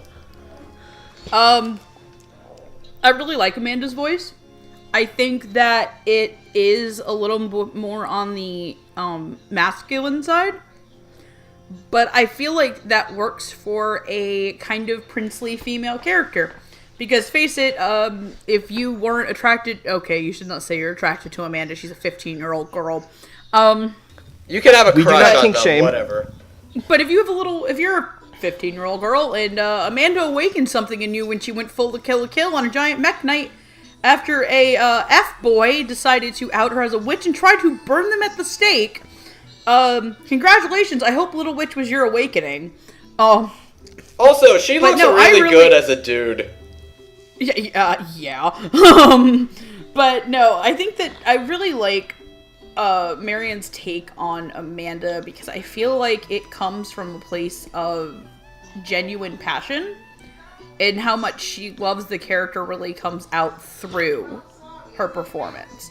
And it really was very, very nice. And it was honestly kind of watching her episode and her performance was what kind of inspired me to text my sister and be like, hey, Leah, there's this show called Little Witch Academia on Netflix. You should sit down with your daughters who are 6 and 2 and watch it together. So like I said, I'm not going to not recommend this show to especially people with kids, because good anime for children is hard to come by. That is true. I mean, I want to show my nieces Show by Rock, but I have to wait until they're at least 7. So that beach episode, or not the beach episode, there's also the argument it's hard to do a show that's kids can watch that doesn't also go for the otaku pandering shots. Yeah, and I feel like it was definitely made for the otaku panders. Yeah.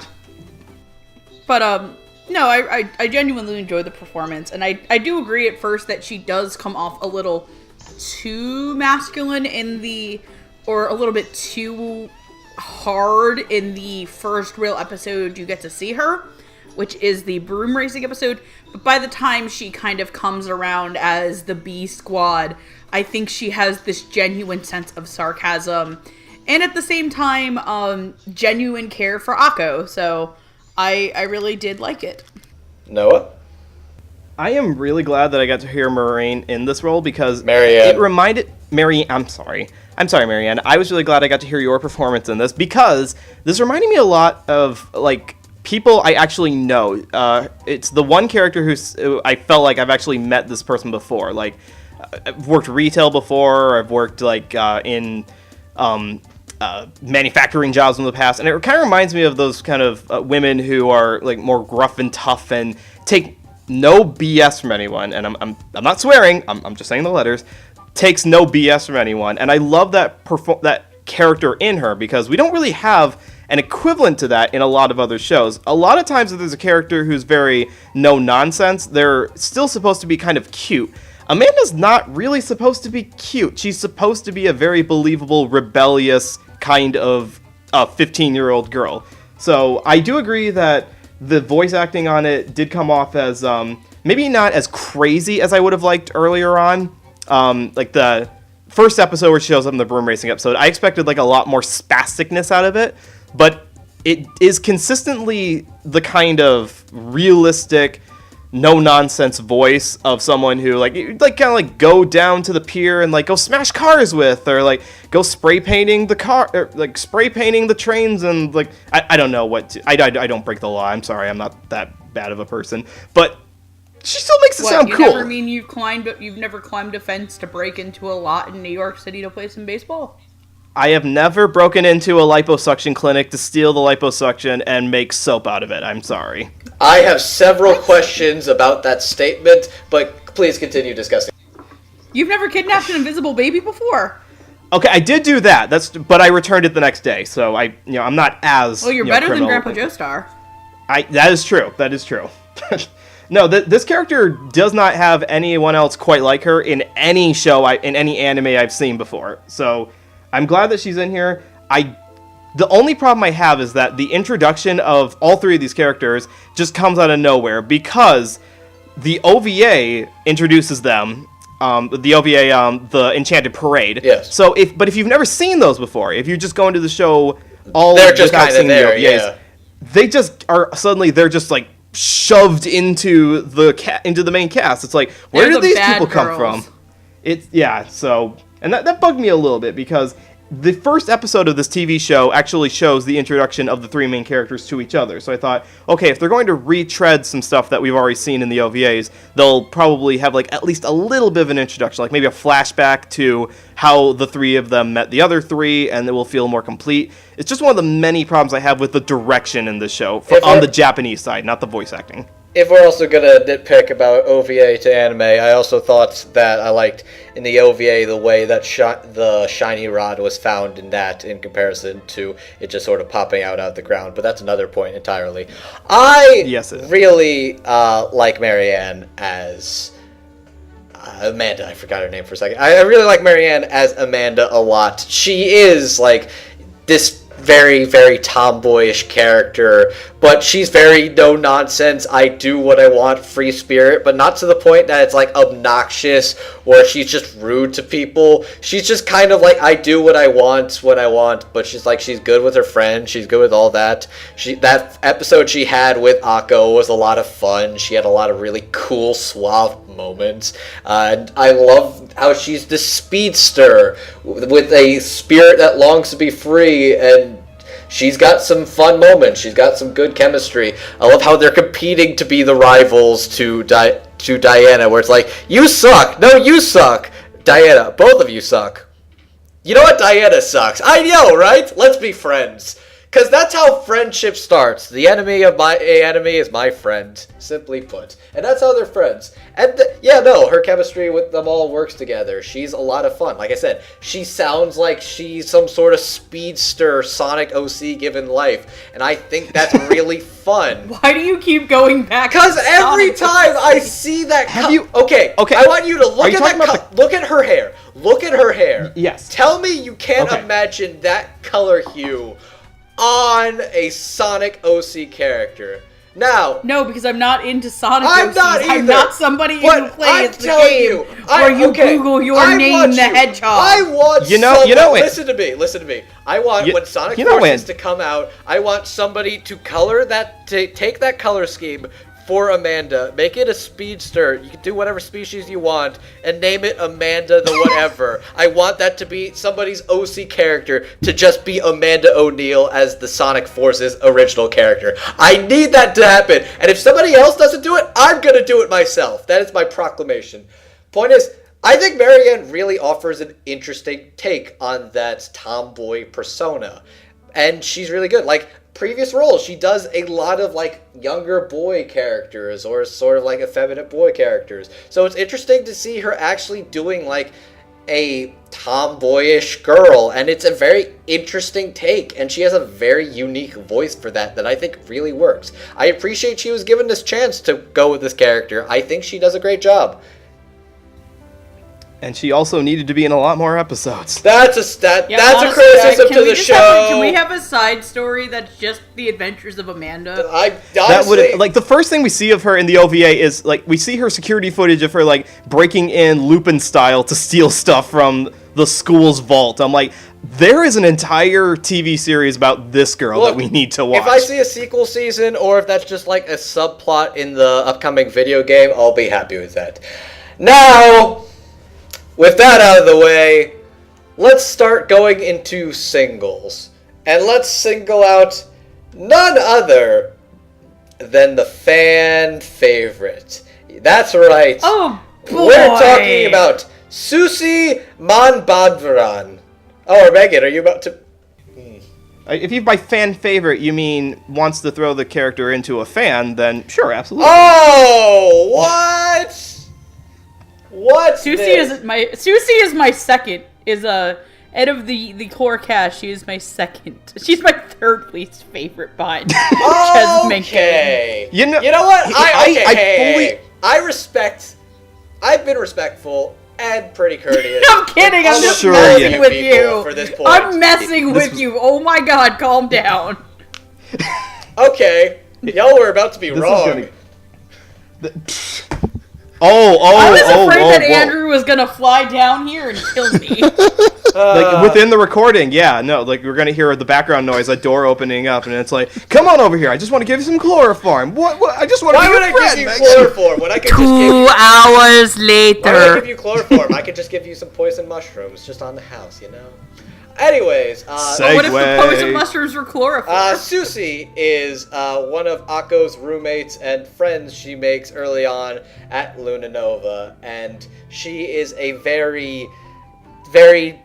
How do I put this? She is very into poison and mushrooms, and she is very, very witchy. Well, you see, Andrew, it's not really a poison. It's actually a remedy. Okay. All right. Why does she sound like a Beavis and Butthead character when you do an impression of her voice? My God. It is hard to pull off, but yeah. This character, who voices this mushroom-loving character? The actress who plays Susi is Rochelle Hager. I believe that is what Hardy told me that is pronounced. Rochelle Hager. As for other roles she's played Susi. And she's played Susi. And she's played Susi. And Susi. This is the Susi that plays Susi. This is the Susi that likes to play Susis. This is the Susis that also is additional characters in Persona 5. This is the Susi who may be in other roles but not currently listed on other things. And this is the Susi we're going to be discussing on tonight's episode. And this is the Susi who's gonna kill Megan. And this is the Susi that's going to segue to Jet. Okay. So she was another performance from the OVA that I wasn't too big on. But looking back, I think my problem was more the style of her performance rather than how well she did it. I mean, like, it's kind of clear that she's intentionally going for kind of dry line reads. And while it kind of weirded me out at first because I sort of expect characters to emote more. I think it definitely worked a lot better for me this time around, and I think it really kind of matches Susi's personality because she's really kind of dry and sarcastic. But the thing that really won me over for her, though, was like when she did all those crazy voices for all the different Susis in episode 8. Like, you could tell she was really having fun with all of those. And for her first notable anime role, I think she had a pretty solid showing. I mean, again, it's intentional dry line reads are kind of weird, but personality-wise, it worked really well, and I hope she gets more work in the future. Yeah. Susi's interesting because, as I was discussing earlier, she was the one I thought I was going to have the biggest problem going from Japanese to English, because her voice in Japanese is very distinct and notable. Like, it is very hard, because I hear that voice, that's like, I don't hear Japanese actors, I don't hear, oh, this is other voices, I hear that is Susi to me. So I was always going to have trouble transitioning to English with that. And for a little bit, yeah, I did have trouble. But you know what? This one surprised me, and she really did win me over in the end. And she had an entire episode to go nuts. Boy, did she. And that was great. She got to be Angel Susi, Devil Susi, Little Baby Child Susi, Sassy Valley Girl Susi, as well as Old Lady from Next Door Susi, which was one of the funniest moments of that entire thing, where it's like, oh my god, she had this whole party going. It's like, oh my god, this little dearie had this whole party going on next door. It's like, this is the alpaca Susi. Oh, alpaca Susi that likes to spit in your face. And I'm very happy with how she sounded as Susi, and she really was the one I was most surprised that she won me over, because she was a name I didn't know. She was somebody distinctly different from what I knew from the Japanese, so she had a lot going against her. She didn't have the resume I was comfortable to say, I'm okay with this, nor did she immediately have what I thought was the voice. But she surprised me, and I'm glad to say that she is Susi. So yes, congratulations. I'm glad, because it's too late to change it, just so you know. Oh, thanks. That's not the point. I'm saying there are people I could say they are playing this character. I could say she did successfully get to be that character. We are glad you approve, sir. Mm-hmm. Good job, Rochelle. And I do apologize if I am bastardizing your name. Please forgive me. I'm sorry. Megan, do you want to take this one? Because I'd kind of like to go last on this, please. Okay, I'm sorry. I'm dying because there's this thread on Reddit called "Hey York players, what do you name your little ghouls?" And somebody goes, "My name is Dende." Focus, Megan. Focus on the topic at hand here. There's a crisis to be solved. No, I was actually joking. I actually really, really, really like Rachel Hager as Susi, because Susi sounds very distinct from all the other characters. And I tend to like very distinct sounding performances. And I think she makes Susi sound like Susi just crawled out of a swamp. Because Susi probably did just crawl out of a swamp. And I'll agree with Andrew that the Susi Land episode, where we learned that Susi probably ate too many mushrooms and hung out in the 70s at one point. And why is there a dragon in the kitchen? Wait, that's LSD, not mushrooms. And that was the 60s, not the 70s. 70s was cocaine. Why is there a dragon in the kitchen? Please do not trip LSD and think there's a dragon in your kitchen. We do not condone drug use on Dub Talk. But why is there a dragon in the kitchen with Diana? Someone's in the kitchen with Diana. Dragons in the kitchen. All right. I know. All right, I took that on trail. Kitchen with Susi. Oh my gosh, where'd the LSD? Where'd the potion go? Oh, got so close there. Anyway, no, I really liked it, and I think that sushi. Oh, I hate sushi. Sushi. I think that Susi's kind of grumbly, weird, like nasally kind of voice works. Because, face it, at some point you kind of want to punch Susi in the face, because she's a horrible, mean person to Akko. Like, I legitimately don't know why Akko let her be her friend after the way episode 1 went. I mean, the girl did try to make her into cockatrice food. I am not your guinea pig. They actually... But no, I do genuinely think that Susi's voice is very distinct and dynamic, and I don't feel like it would fit into another show, which is really good. Just how, like, I feel like you could not make Rachel Hager do the voice for another character and it would work. I feel like it is something so crucial to my perception of Susi as somebody who's only watched the dub of the show. And I think it can be a little bit over the top and cartoony sometimes, yeah, but have you literally seen Susi's character? But that being said, Noah let her rip. Like a Beyblade, let it rip. Oh, goody, because here's the problem, is that I feel kind of guilty not liking this character as much as I did, because every part of her makes me think that she should have been my favorite character, even more so than like any of the other lead characters, because I love droll, deadpan characters who are funny because of the deadpan way that they deliver their lines, because they belong in a different world. And they realize that, and they're just trying to get through it. Like, there's a character like this in School Rumble, whose name I cannot remember, I apologize, but the short-haired, dark-haired girl who knows that she's in a cartoon and just acts all droll throughout the whole series.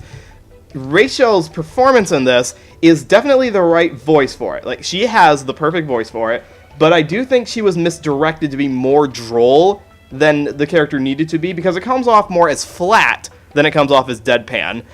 And it does not help that this character does not have a ton of great scenes. There is the one episode She gets an entire episode, though. She gets one whole episode.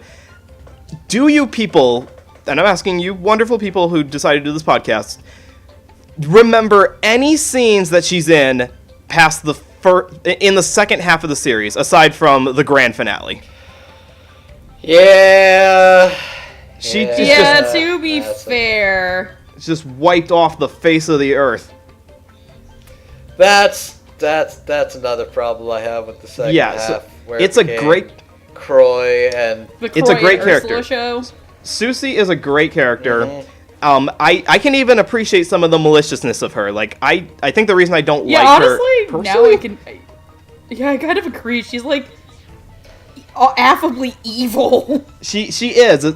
Like, I'd even argue that she does actually have, like, some companionship and enjoyment of Akko, because... I'm gonna disagree. You can argue me on that one, but I do think that there is some warmth, or at the very least, fascination and intrigue. Honestly, I find her relationship with Akko more believable than Diana's. I agree. Because we haven't gotten there yet. We as a viewer are intended to believe, we're compelled to believe, sure, Susi's got some good elements to her. Why else would she stick around? Why else would she actively spend time with these other characters? She must have some good parts to her. But we are, within universe, never shown any of those moments. She has maliciousness towards the other characters. She almost gets them killed in a couple instances. And anytime that she does help out the other characters, it's always to her own end. Like the broom race, for instance. She didn't have to help Akko curse the brooms with a potion. She did it. What about the sacrifice ceremony? Okay, that's where we start to get a little bit more warmth. But one scene of compassion does not a great character's compassion make. And that's why this character seems to grate on me more than it should, and also because she's just not utilized for comedy very well. It's less black comedy, and it's just maliciousness. But bringing it back to the voice performance here, I agree that Rochelle, for what she was given, did a good job. I just think she was misdirected in the way that she handled the lines. I wanted to laugh at this character, or I wanted to laugh with this character, rather, but I never did. Okay. We still have 3 more to go and a plot synopsis. This is going to be an interesting one. To all right, bring it on. All right. Now it is time for us to move on to Miss Lotte AKA Yansson. This the is actually best- my favorite character. Mine too, the best girl in the show. And yes, I will fight you, fanboys, on that. I love how you immediately assume it's gonna be fanboys when you gotta trust our audience, man. Okay, you're right. You gotta trust Well, it. I've been.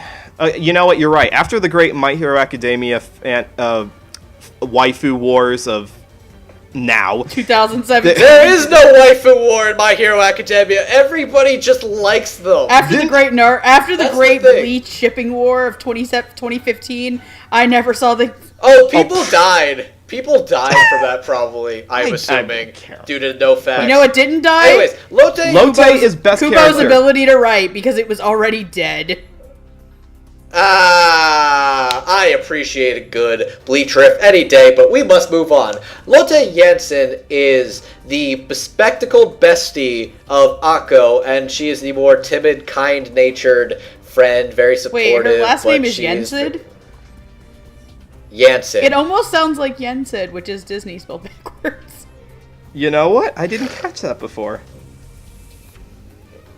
Okay, It's sure. with a J. Anyways. It's a silent J. Shut up and let Andrew talk.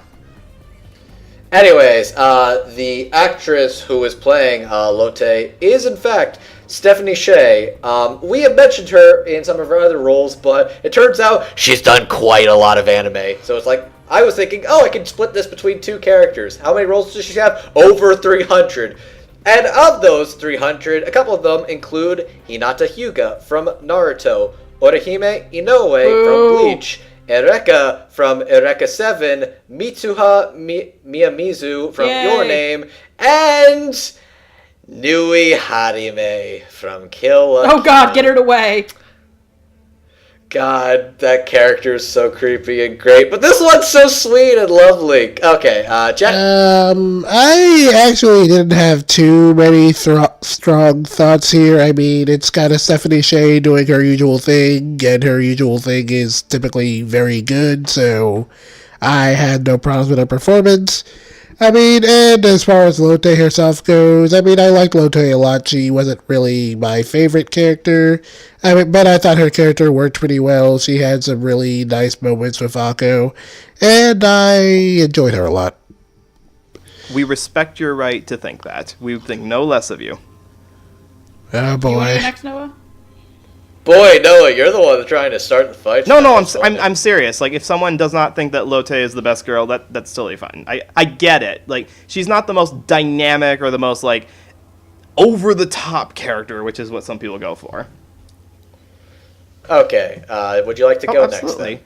Yeah, Lotte's role in this whole show is to be the nice person, and we need that. Not only is she a nice person, but she's also the only person with a family background, except for Diana, but we'll get to her in a minute, but the only other of the main three whose backstory we kind of get. Like, we know why she's at the academy, we understand where she comes from, and we sympathize with her because she has to put up with a lot of, I can't say that word, a lot of fecal BS. matter in order to get through the whole. You could have said a lot of poop and it would have worked fine.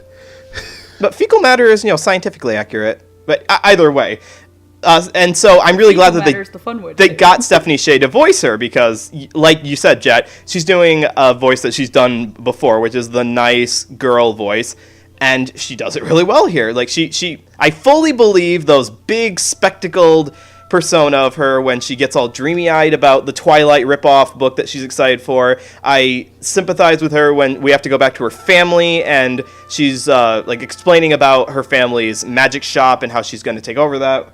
There is nothing wrong with this character. Stephanie did none of the lines wrong, and without her, I probably would not have liked the show nearly as much as I did. You are now also aware that she is literally Rule 63 Ron Weasley. With less siblings. Have you read the Harry Potter books? She's filling the redhead ginger archetype best friend with the magic family and very kind and sincere. She may be like Rose Weasley, their daughter. Yeah, maybe an entirely different personality, but She is very much a Weasley reference is what I'm going for. Anyways, let's see. Megan, would you like to go next? Yeah, I do feel like this is kind of nothing new from Stephanie Sheh, honestly. Like, At this point, she's been Hinata, she's been Orihime, she can do the soft-spoken girl. But I think that she gets a lot of Lotte's sincerity across, because Lotte is a very sincere and shy person. To me, one of the biggest highlights in this show altogether is the Twilight book episode.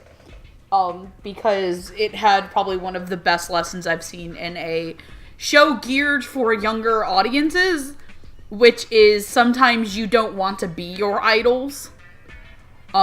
Which was a really great message, by the way, for people. You can be obsessed with something but not want to be the person who created it, like how Akko is obsessed with being Shiny Chariot. And I think that Stephanie Sheh really got it so well done across, and I think that's what also contributes to my anger towards Stephanie Sheh as Jasminka, because Lotte gets more screen time. Debatably, she kind of does disappear in the second half of the show, like Susi does, except for the episode where her family gets turned into moss, and Akko's got to go teach a Yeti not to give into social justice, not to give into Twitter trolls, not social justice. I think that episode was fun. It was because weird. They needed to get away from the school for a bit, and so they thought, you know what? I'll take it because it gives Lotte character development, and it also gives Akko character development about maybe sometimes old traditions are good, and you have to go with old traditions. But I feel like that, like I said, this does kind of contribute to my anger towards Jasminka, because Lotte is so well done for even the times you don't always see her. But, and again, it proves that Stephanie Sheh herself is a very good actress. But it shows that sometimes, while I do enjoy some of the directing on the show can also be a little bit slipshod at points. So, that's how I feel about Lotte, and I honestly think she is the best character in the show, because she is so sincere and genuine in her emotions, just even if she isn't screaming it at the top of her lungs like Akko. Also, I kind of feel for her, because at one point I too was obsessed with Twilight. I drink to forget my high school years. Don't we all? Well, I'll try not to judge you. I'm stuck in Twilight. We all have our Everything's going to be I spent my 17th birthday waiting for the midnight premiere of New Moon. Don't even. Good to know. No, we all have demons. Yeah, Lotte, Stephanie Sheh, she's really good. She's really nice. She does a good job playing the part, and that whole episode where she becomes a total fangirl, you see her go balls to the wall with that, and that was a highlight of that particular performance. Aside from that, she's really good, supportive, sincere, and I enjoy her in the role. Now, I believe it is time for us to go a little more upper class, if you will. I see we have some fans. It is time for us to discuss none other than Diana Cavendish, aka the creme de la creme to the school and the everybody wants to be her it girl of Luna Nova. So, as for who is voicing Diana Cavendish, that would go to Laura Post, the other ADR director of the series. Laura Post has voiced such characters as Myers from Magi, the Kingdom of Magic, Nozomi Tojo from Love Live, Miki Okudera from Your Name, Fubuki, aka Blizzard, from One Punch Man, and Ragio Kiryun. I'm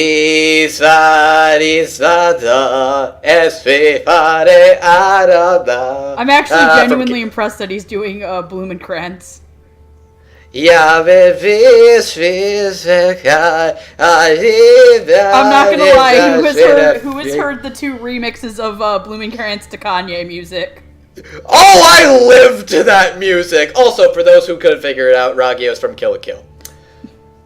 seriously, go listen to Bloomin' Kanye, and just go listen to all of the Kill la Kill remix soundtrack. It's amazing. Cut, paste, kill. Triple Q is a madman, but I love him so. Jet, would you like to go first? Okay, sure. Alright, so I know there's some mixed opinion on Diana, but I actually really liked her character, and I dug Laura Post's performance. I mean, I've always been kind of impressed with the amount of range Laura Post has, and I thought she did a good job of showing off Diana's pride without making her sound too snobby, which I was kind of afraid the show would do to make Akko look better. I mean, like, she is kind of snobby, but it's always kind of understandable. You can kind of understand why she's always so frustrated with how Akko behaves. And the moment that really got me with her performance was during Diana's mini arc with her family, where we finally get to see her let her guard down a little bit, and we see just how much she had to work to get where she is.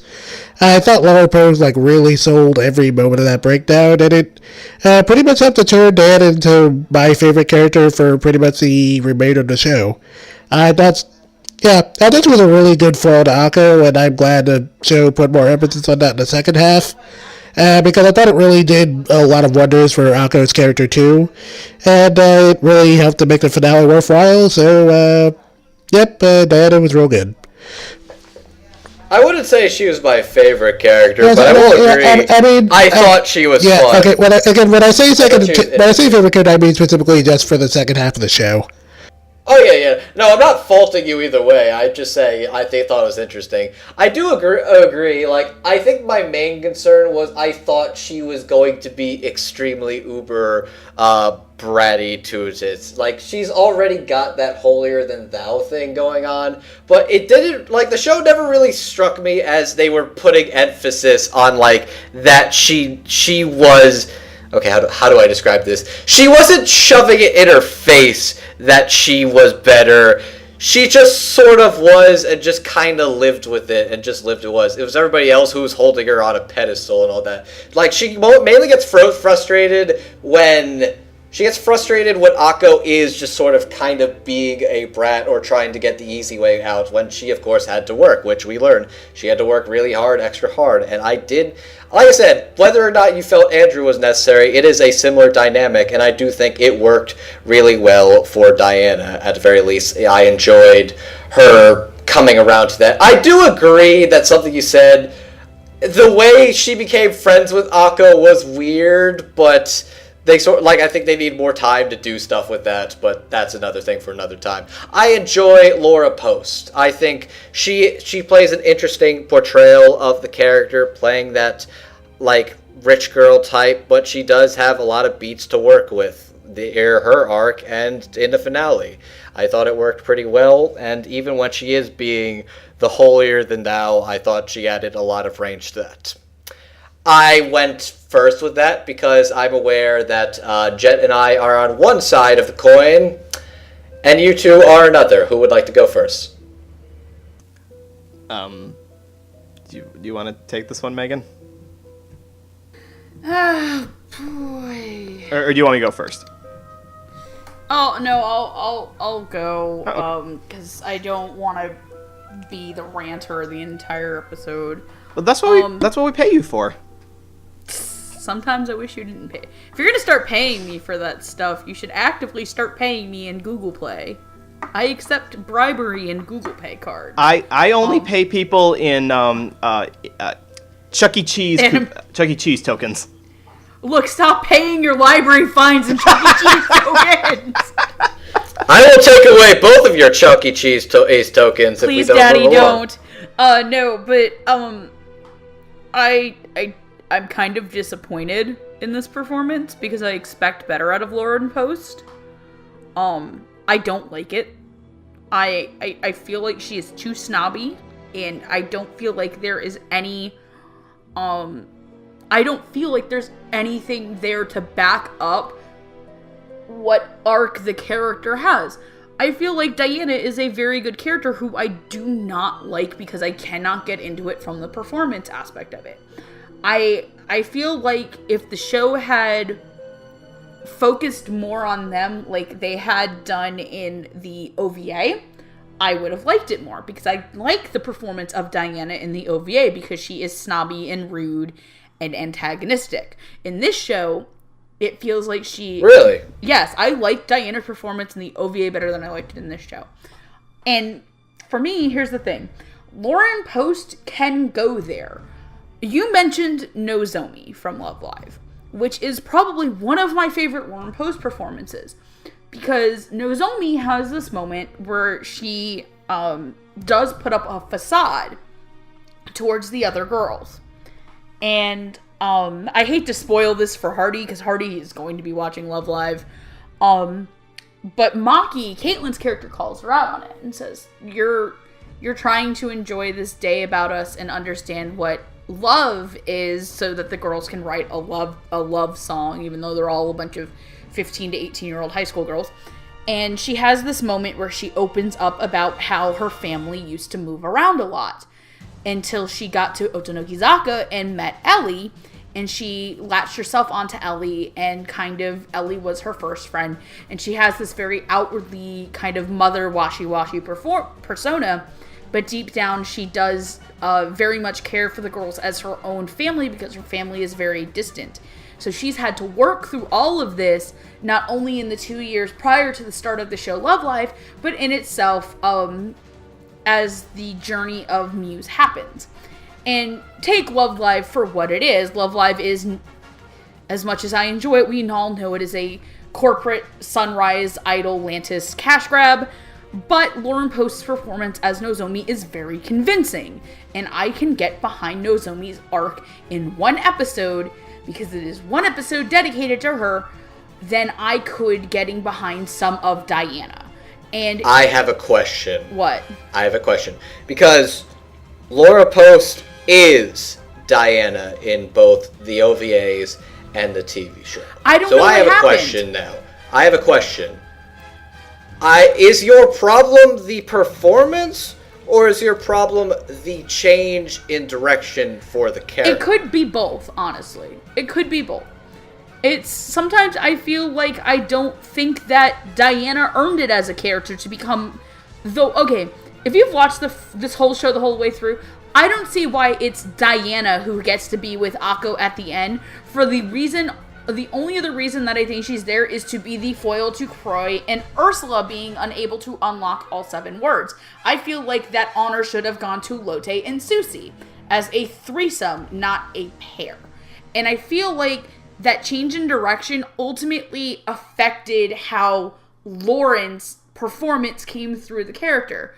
She could have, if the show wasn't so jumbled up at times, I feel like she genuinely could have, it could have been better, because I will admit with Jet, I was really behind her mini arc in the second half of the series, especially because it does work with the show's themes of old magic and heritage and commitment to duty versus new magic getting into it not by tradition but by some flash in the pan idol thing.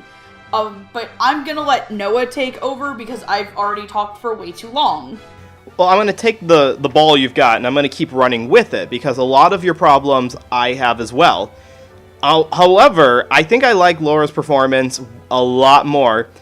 So I'm actually more on Andrew and Jet's side of this, but not for the same reasons. So I'm not saying that it's the worst performance ever, like, no, hate it, lols, no. But I do feel like, especially with the actress behind it, I expect a little better. Well, the thing about, her character is one who, from the get-go, from the very beginning, we assume is going to be the witchy rival who is so stuck up and so rich and so by the book that Akko's personality, which is very unconventionally spastic and optimistic, has to clash with it. The two of them should not be allowed to work together because of their contrasting personalities. But the thing we learn about Diane is that she's not just carrying the wisdom of her family, and she's not just maintaining rules for the sake of rules. You know, she's not a teacher's pet. She's actually very humble about her skills, but she got those skills through hard work, which is something, like you've said before, Megan, that this was a show that you would encourage children, is good for children. That is a quality in Diane that you should be encouraging to our children. The belief that if you want something, you should work hard for it. You might get a little uppity about it, and you might look down on other people who are not working hard because you know they have the potential for it, but you yourself have the ability to do great things, to be a great magician, or to do well in your career, or to overcome weaknesses you may have. Because as we find out near the end, Diane and Akko actually have a very similar weakness. But she gets over it, not by wishing for it, but by actually trying and succeeding. So Laura's performance of it was not as bratty as it could have been. And I appreciate that. Because otherwise, you're going to have a character who is impossible to like. I didn't really like her at the beginning, but as the show went on, I liked her a lot more. And I liked that the show felt like it was trying to subvert the trope of the bratty character who is like the star pupil. There was a show that this reminds me of a lot. There's a show called Kaleidostar. There's a guy. I love Kaleidostar. Let me guess. Is it? We spent this entire section talking about like 2 other shows. I know. You know what? We're in here. Continue. Okay, I'll just very briefly. I promise. This whole show, the whole show of Little Witch Academia, reminded me of Kaleidostar. It's also a show about a Japanese girl who is enthralled by a performance she sees when she's young, moves to a foreign country to become a part of that culture, and goes through hardships to become part of. Well, in Kaleidostar, it's like a Cirque du Soleil show, or in this case here, to be a great magician. And there's also in Kaleidostar a blonde-haired superstar character who starts. Oh my God, it really is Kaleidostar. It's exactly the same show, except for Kaleidostar is a much more likable show. Thank you. Okay, get on with it. So the point is that Laura has a lot of parts of her to play. She never becomes insufferable to me, even when the character is a bit insufferable. And I buy, like, the key thing is I buy the transformation near the end when she starts to open up more and she becomes Akko's number 2 in the final battle. Like, I buy that. It was built up. I cannot get behind that. I'm sorry. And I understand. She did not deserve to be Akko's the number 2. Now, the only reason why I can agree with you, Megan, in that from a logic standpoint, she shouldn't have been. But Susi and Lotte were not developed enough throughout the show because the writers did not know enough what to do with those characters. They liked Diane more, and therefore they gave her more parts. I will say this, though. She's not the worst performance in there. I'm disappointed, but I can see the other side of the argument, especially Jet with the mini arc with her family. I think Laura Post did fantastic there.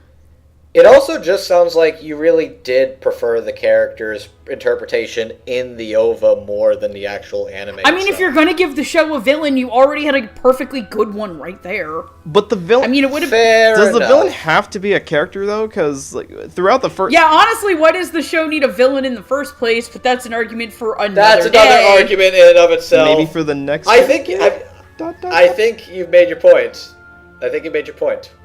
All right. Holy wow, we are 2 hours into this, and we are finally reaching the end of our journey. The end of our journey where we discuss Atsuko Kagari, aka Akko, the little witch who does not have any discernible magic skill, but she dreams of being like her idol, Shiny Cherry. She's the Chica of Little Witch Academia. That's true. Only a little less likable. Okay. So, as for who is playing Akko, that would be Erica Mendez. Erica Mendez, you might know for also playing a character named Diane in The Seven Deadly Sins. Yay. Aladdin from Magi, Sailor Uranus from Sailor Moon, Gon Freaks from Hunter x Hunter, and Ryuko Don't Lose Your Way Matoi from Kill la Kill. Playing the complete and total opposite of the spectrum from Ryuko is Akko. Because Ryuko is full-on hardcore tomboy to preppy, bouncy, sparkle in her eyes, spring in her step, having the time of her life. Ryuko is basically Amanda. Oh my god, you're right. Don't lose your way. Oh my god, you're right. Yes. Oh my god, the broom she tries to ride looks just like the light fiber thorn. I noticed that right away, actually. He finally got it, people. Time of death, 11:08 p.m. Eastern Standard Time. Here Oh my lies- god, you're so... This you're year so we right. lost our friend Andrew Lespelter. Sometimes I can still You're not even hear saying his my voice. name right. If you're gonna tell me I'm dead, say my last name right. How do you say your last name? Lepselter. Lepspelter? Lepselter. Lepselter. Yep. There's no spelter in there. Well, I'm bad at this. Aren't we all? But that's what we do. We pronounce names of everybody and get them wrong. Anyways, let us move on. Jet. Okay, alright, so at this point, Erica Mendez is pretty much one of my favorite voice actresses, and looking back, it was actually her performance in the OVAs that really cemented that for me. Like, I know I said I had a lot of problems with how that dub sounded, but I thought her performance was hands down the best one out of that entire dub, and it's pretty much the same deal here. Like, her Akko is just a really great big bundle of energy, and it's really hard not to get caught up in the level of excitement she brings to it. Like, when Akko is really pumped up for something, you really feel Erica's enthusiasm, and when Akko's down in the dumps on her magic problems, Erica really sells how frustrated she is, and there wasn't a single moment in the dub where I couldn't feel her passion for that character. And, so I also have to say, it's not just my favorite performance out of this entire dub, it's probably one of my favorite performances from Erica Mendez, period. I mean... Really? Yeah, I would honestly really say that. I mean, yeah, there's a couple of problems with Akko's character. Sometimes she can be a little insufferable when it comes to her character arc. Okay, but all in all, like, I really bought her enthusiasm. I really liked where that character eventually went. And I'd honestly say this was probably the shoo-in for one of my favorite dub performances from this entire year, honestly. I mean, yeah. Wow. Okay. Dub itself, Dub itself is kind of hit or miss, but Erica Mendez did real good here. I wouldn't say that this is, like, my favorite of the year, No. but I will agree, Erica Mendez is spectacular as Akko. Like, I love all the things she does. She's got a very diverse range, and everything she brings to Akko is really fun. She's got a lot of expressiveness throughout this entire show. She's got a lot to work with. She's really fun. You feel when she's got her highs. You feel when she's completely defeated and broken. You feel her when she's frustrated, upset. You feel her like when she triumphs, and it feels great. And she really adds a lot of energy to that. And yeah, no, I think Erica Mendez is spectacular, and it really does impress me the level of range she has. As for the character itself, we will get more into that. But Honestly, I have no negative things to say about Erica Mendez as Akko. You've nailed it. Erica Mendez is a fantastic voice actress and has been for many years, and I don't think I've not enjoyed her in something I've watched. I mean, I love her as Deanne in King and Seven Deadly Sins. I almost called it Kill la Kill. I love her. Honestly, honestly, I'm gonna sound really weird. I think she's a better character than Satsuki will ever be as Ryuko in Kill la Kill. I honestly find more catharsis in that performance. hang on. I need to interrupt you for a second. What was that statement? You find her better as Satsuki? A character I think Ryuko Matoya is a better character than Satsuki Kiryuin. Okay, alright, got it. I was just confused the way you said that. Continue. I honestly find that performance and the anger and the sadness in it and the rejection incredibly cathartic.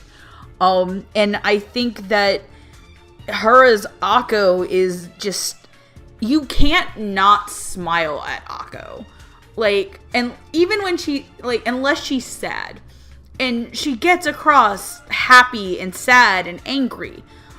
Because honestly, some of the best parts of the show is when she yells at Ursula for telling her to stop going up the tree that's going to kind of kill her.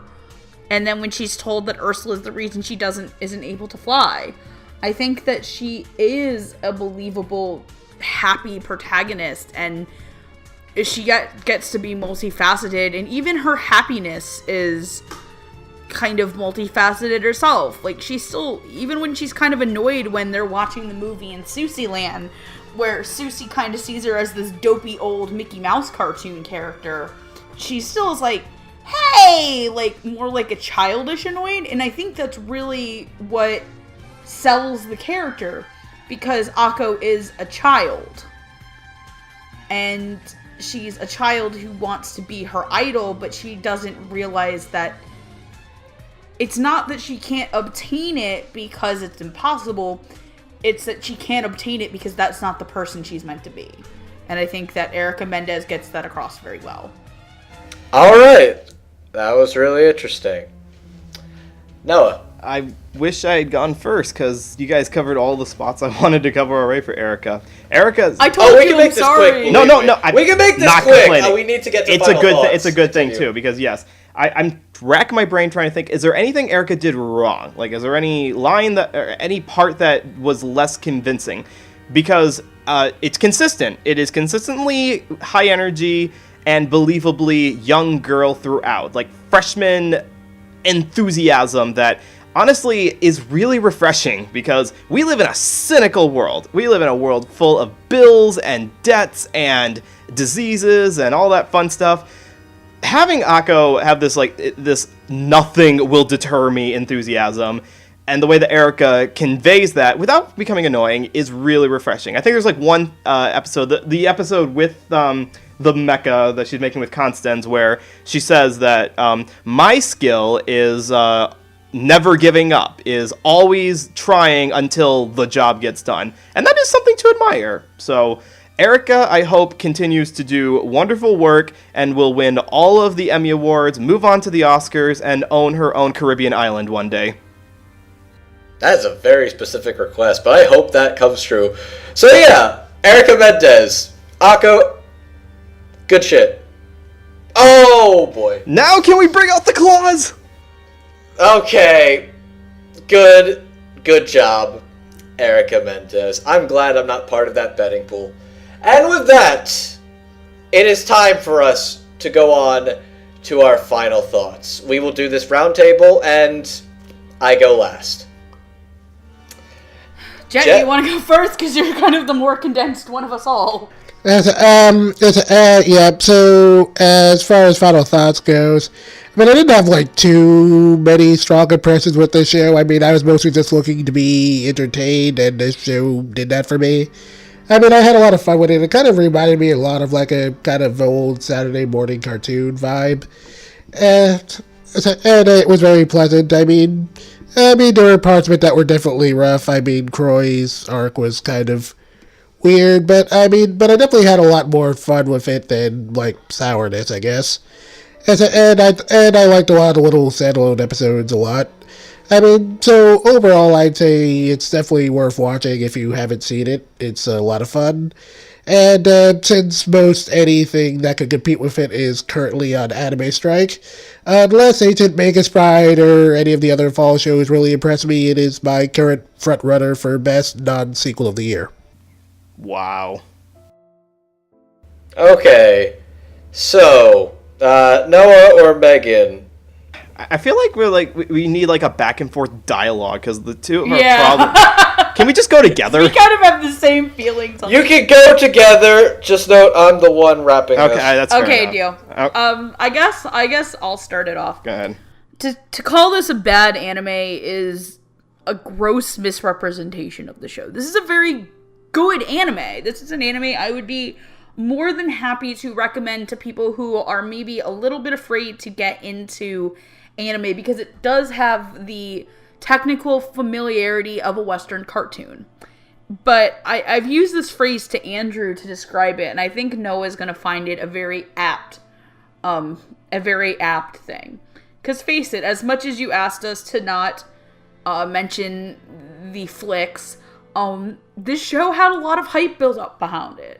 And as somebody who waited for the dub, this is a show that started in January of this year, and we didn't finish it until August, not because the show wasn't ended in August. It's because we didn't get to see it till then. We didn't get to start seeing it till the end of June. I went into this expecting a Laika movie and got a Disney film, which isn't to say that Disney is a bad studio. Disney sometimes plays it they can either be a little too safe, or sometimes they just put too many ideas in the pot and it comes out not bad, but not delicious either. There's a dissonance between, if you've got a lot of good ingredients, you can throw them in a pot and just mix them up together, and, it'll taste like an okay stew together. Or you can take those ingredients and you can cook them properly so that combined, their total flavor will be greater than their individual parts.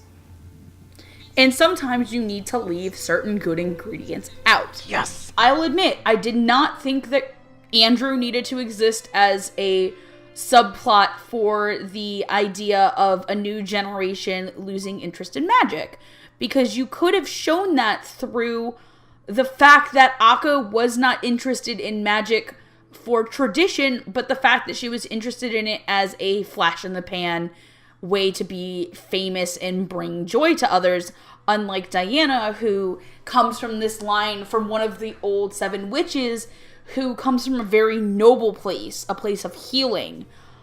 You could have shown that dichotomy through them. You could have really worked with that stuff. And I think that it does affect some of the dub. Again, I don't like where Diana's character went personally, but I don't think it's the worst thing in the world. I think that there are some characters like Frank who, while they have good performances, they're just kind of there. Or sometimes the character doesn't get a complete arc, and their very well done performances, like Lotte and Susi, are sometimes kind of left hanging. Or you have somebody like Amanda, who you could have seen more time with her or something. I don't think this is a bad show at all. Am I gonna put this in my top 5 of the year? No, not in any way, shape, and form.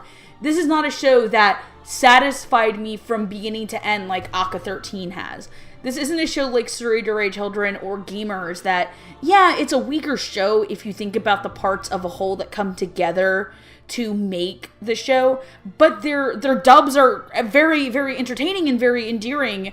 And then you have something like Magus Bride, which is more of what Little Witch is to Andrew, it is to me, where I've seen the first 3 episodes of Ancient Magus Bride, and I am very, very, very convinced that if Wit Studio can keep the same level of polish and production that they put on that as they did on the 2nd season of Attack on Titan, that is a show that will become a shoujo classic in the years to come, like Ouran High School Host Club did. I don't think Little Witch is bad. I don't think this dub is bad. But I do think that I wanted something different and I wanted something more. I don't hate this show. Like I said, I fully recommended this to my sister to show to my younger nieces. I could show this to my younger half-brother. I could show this to younger audiences and have them be fully enthralled and hope that they go into watching new anime. That this spurs them on to something a little bit more comfortable, like Magus Bride if they happen to be an older teen. Or if this gets them into something like My Hero. Noah, take over, because I think I've said all I can at this point. That's fair enough. That's fair enough. And for all you people who've been listening this long, we thank you. And I'm going to reward you by keeping my problems with the show to a very simple fact.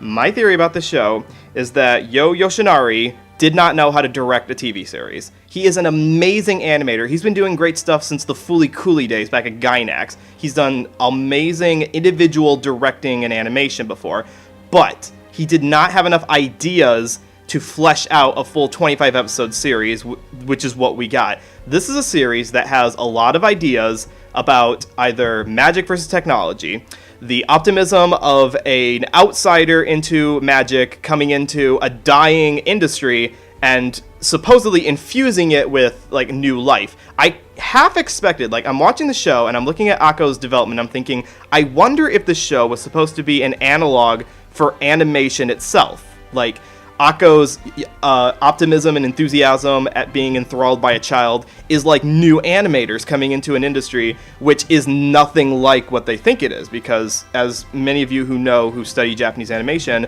the industry is very unlike the flashy entertainment that you see in the final product. But that analog does not work out because Akko's optimism is not what changes the day for most of the show. She has to work hard. She has to overcome her weaknesses. She has to study and get her fingers, like get dirt under the fingernails in order to be good at this thing. And she kind of changes what it is that she wants to be by the end of it. It's weighty stuff, and it's good. It's a good idea for a show, but it's padded and stretched out, mixed in with a lot of other ideas that start to conflict with each other after a while, to the point that by the halfway point, I was forcing myself to try to like it. I stopped, and I thought to myself, you should never force yourself to try to like a series. That is one of the worst things you can do, is try to force yourself to think you like something more than you actually do.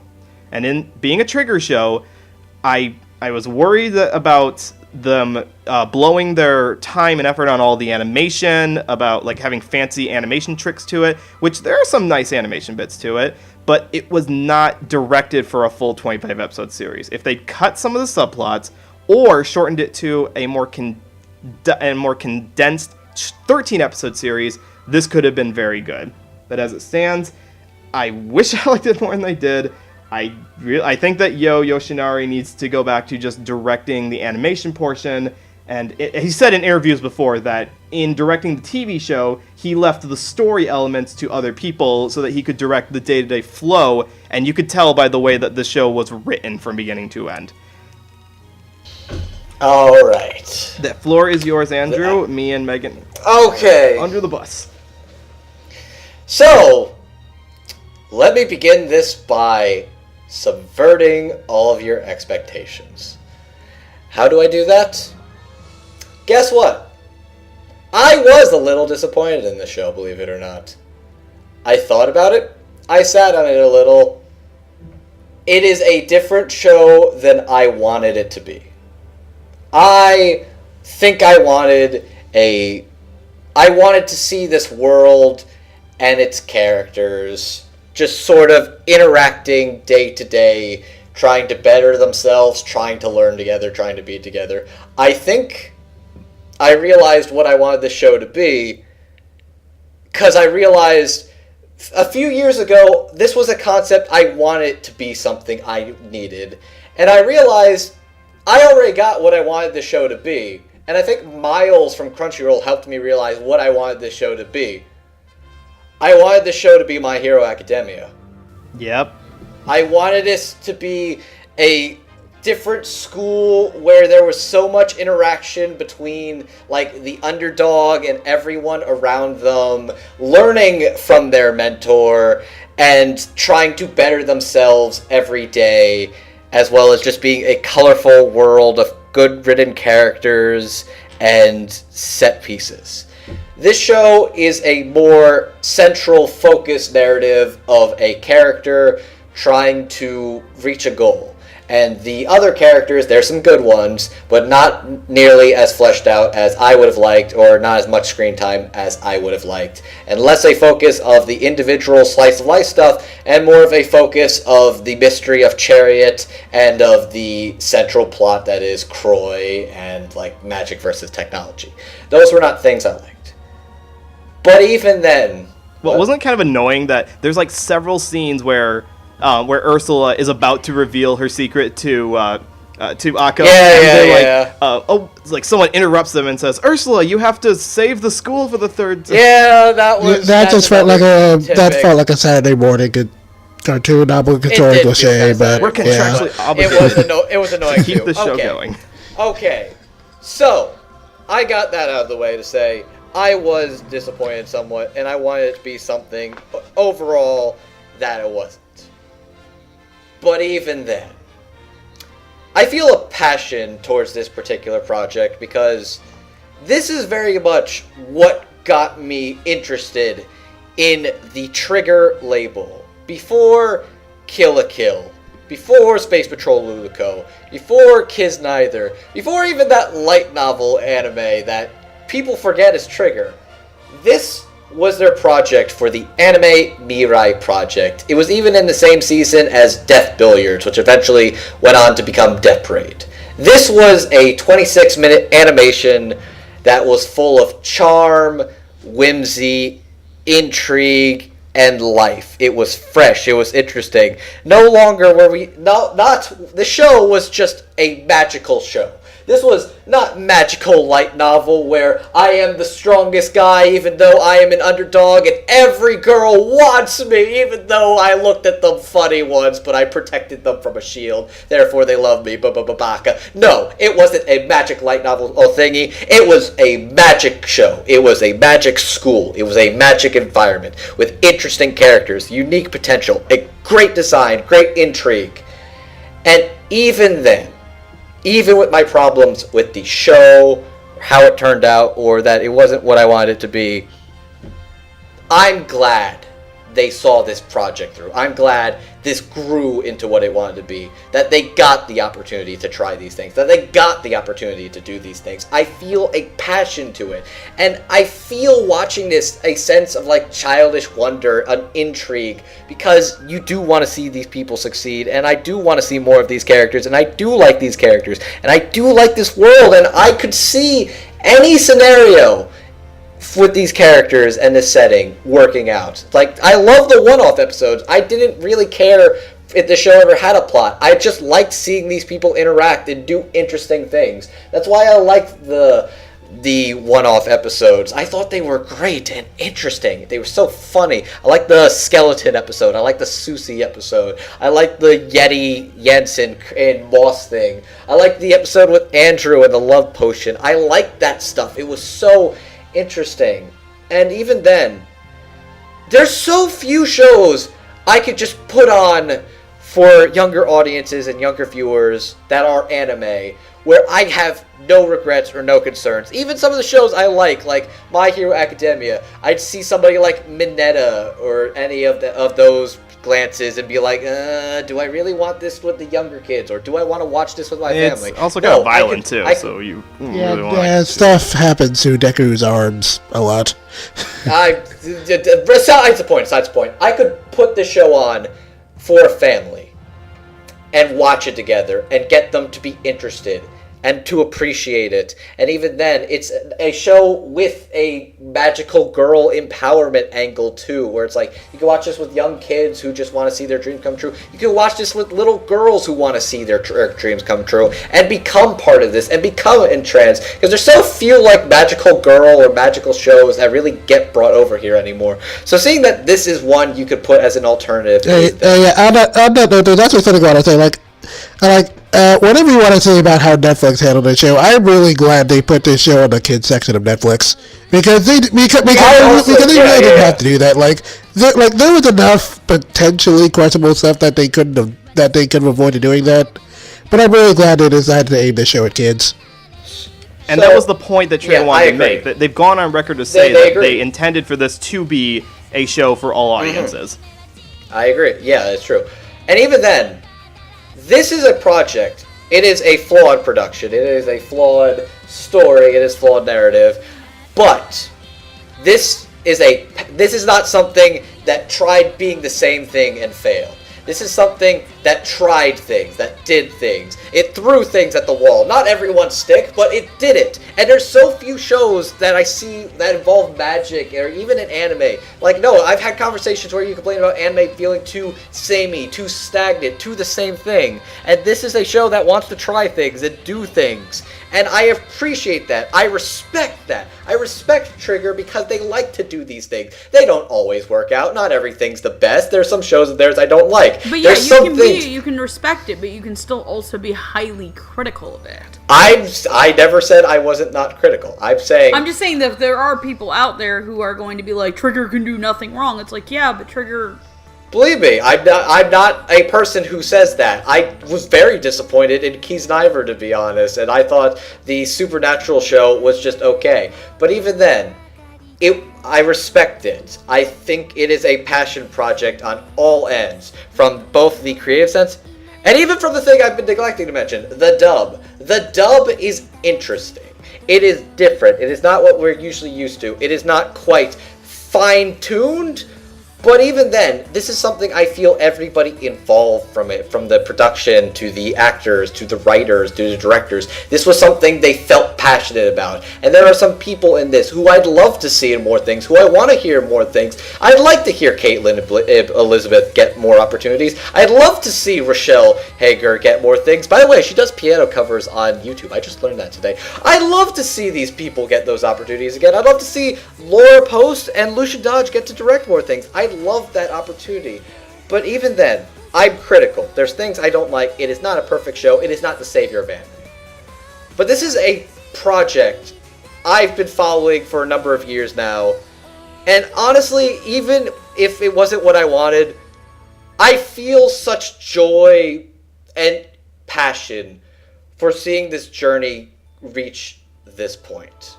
And that's why, all said and done, I'm glad I got to watch Little Witch Academia, and I'm glad I got to do this episode with you guys.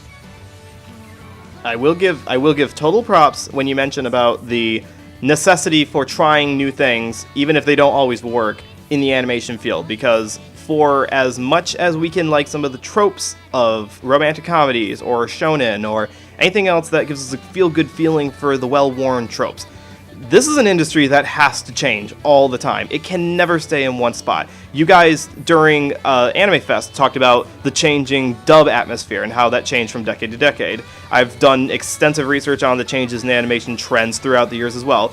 And this does feel like people who are pushing against that boundary a bit. They did not succeed in all they were trying to do, but it is the element of Trigger that I love the most. That necessity, that feeling like we need to push the envelope. It's in our blood to try to push things beyond what we're doing at previous studios. That's why they left Gainax. That's why there are some people's favorite studio. Alright. I think we got all said and done. Alright. And with that, it's time to put our cape and our hats away and to plug ourselves. I don't want to put my cape away. I live 2 hours away from the Wizarding World of Harry Potter. Good to know. Butterbeer on the house! And if you would like, if you are interested in any more of what we at Dub Talk do, you can find us on this YouTube channel you are probably currently watching at the Dub Talk Podcast. You can also find us on Twitter, Tumblr, and Instagram. Our Twitter of the three is the most active one we regularly use. But yes, please feel free to like, comment, and subscribe, and check us out. As for where you can find all of us, let's go around. Jet, where can people find you? You can find me on Twitter at Divine Nega, or you can find me occasionally writing reviews on my blog, Animation Infinity, and I also do reviews on the Fandom Post for My Hero Academia. Alright, Megan, where can people find you at? You can find me over at QueenEra2 on Twitter, doing all my posts and harassing friends and all that fun junk. I don't really do anything else besides this because I love doing this, and this is my passion and my drive. So yeah. Though you can find me in New York next week, because this will be up on... No, you won't, because this will be coming out after I go to New York. That's dated already. Noah. Did you have a wonderful time in New York, Megan? At Future? Yes, I did. My cousin Karen had a lovely wedding, and I can't believe that time in New York was so great. It just happened. Yeah. But no, seriously, because I think some of my cousins do actually listen sometimes. Congratulations, Karen and Alex. I love you both, and I hope you kind of watch this. Woohoo! Congratulations, Karen and Alex. I really hope I got his name right, because I've barely met her husband. He's very quiet. I can't Also, David, stop thinking I'm weird. All right. I think Megan is weird, and if you want to hear me talk about Megan's weirdness, Noah. as well as anything else about cartoons, like the whole world of animation, because I love not just Japanimation, but I love things from all over the globe.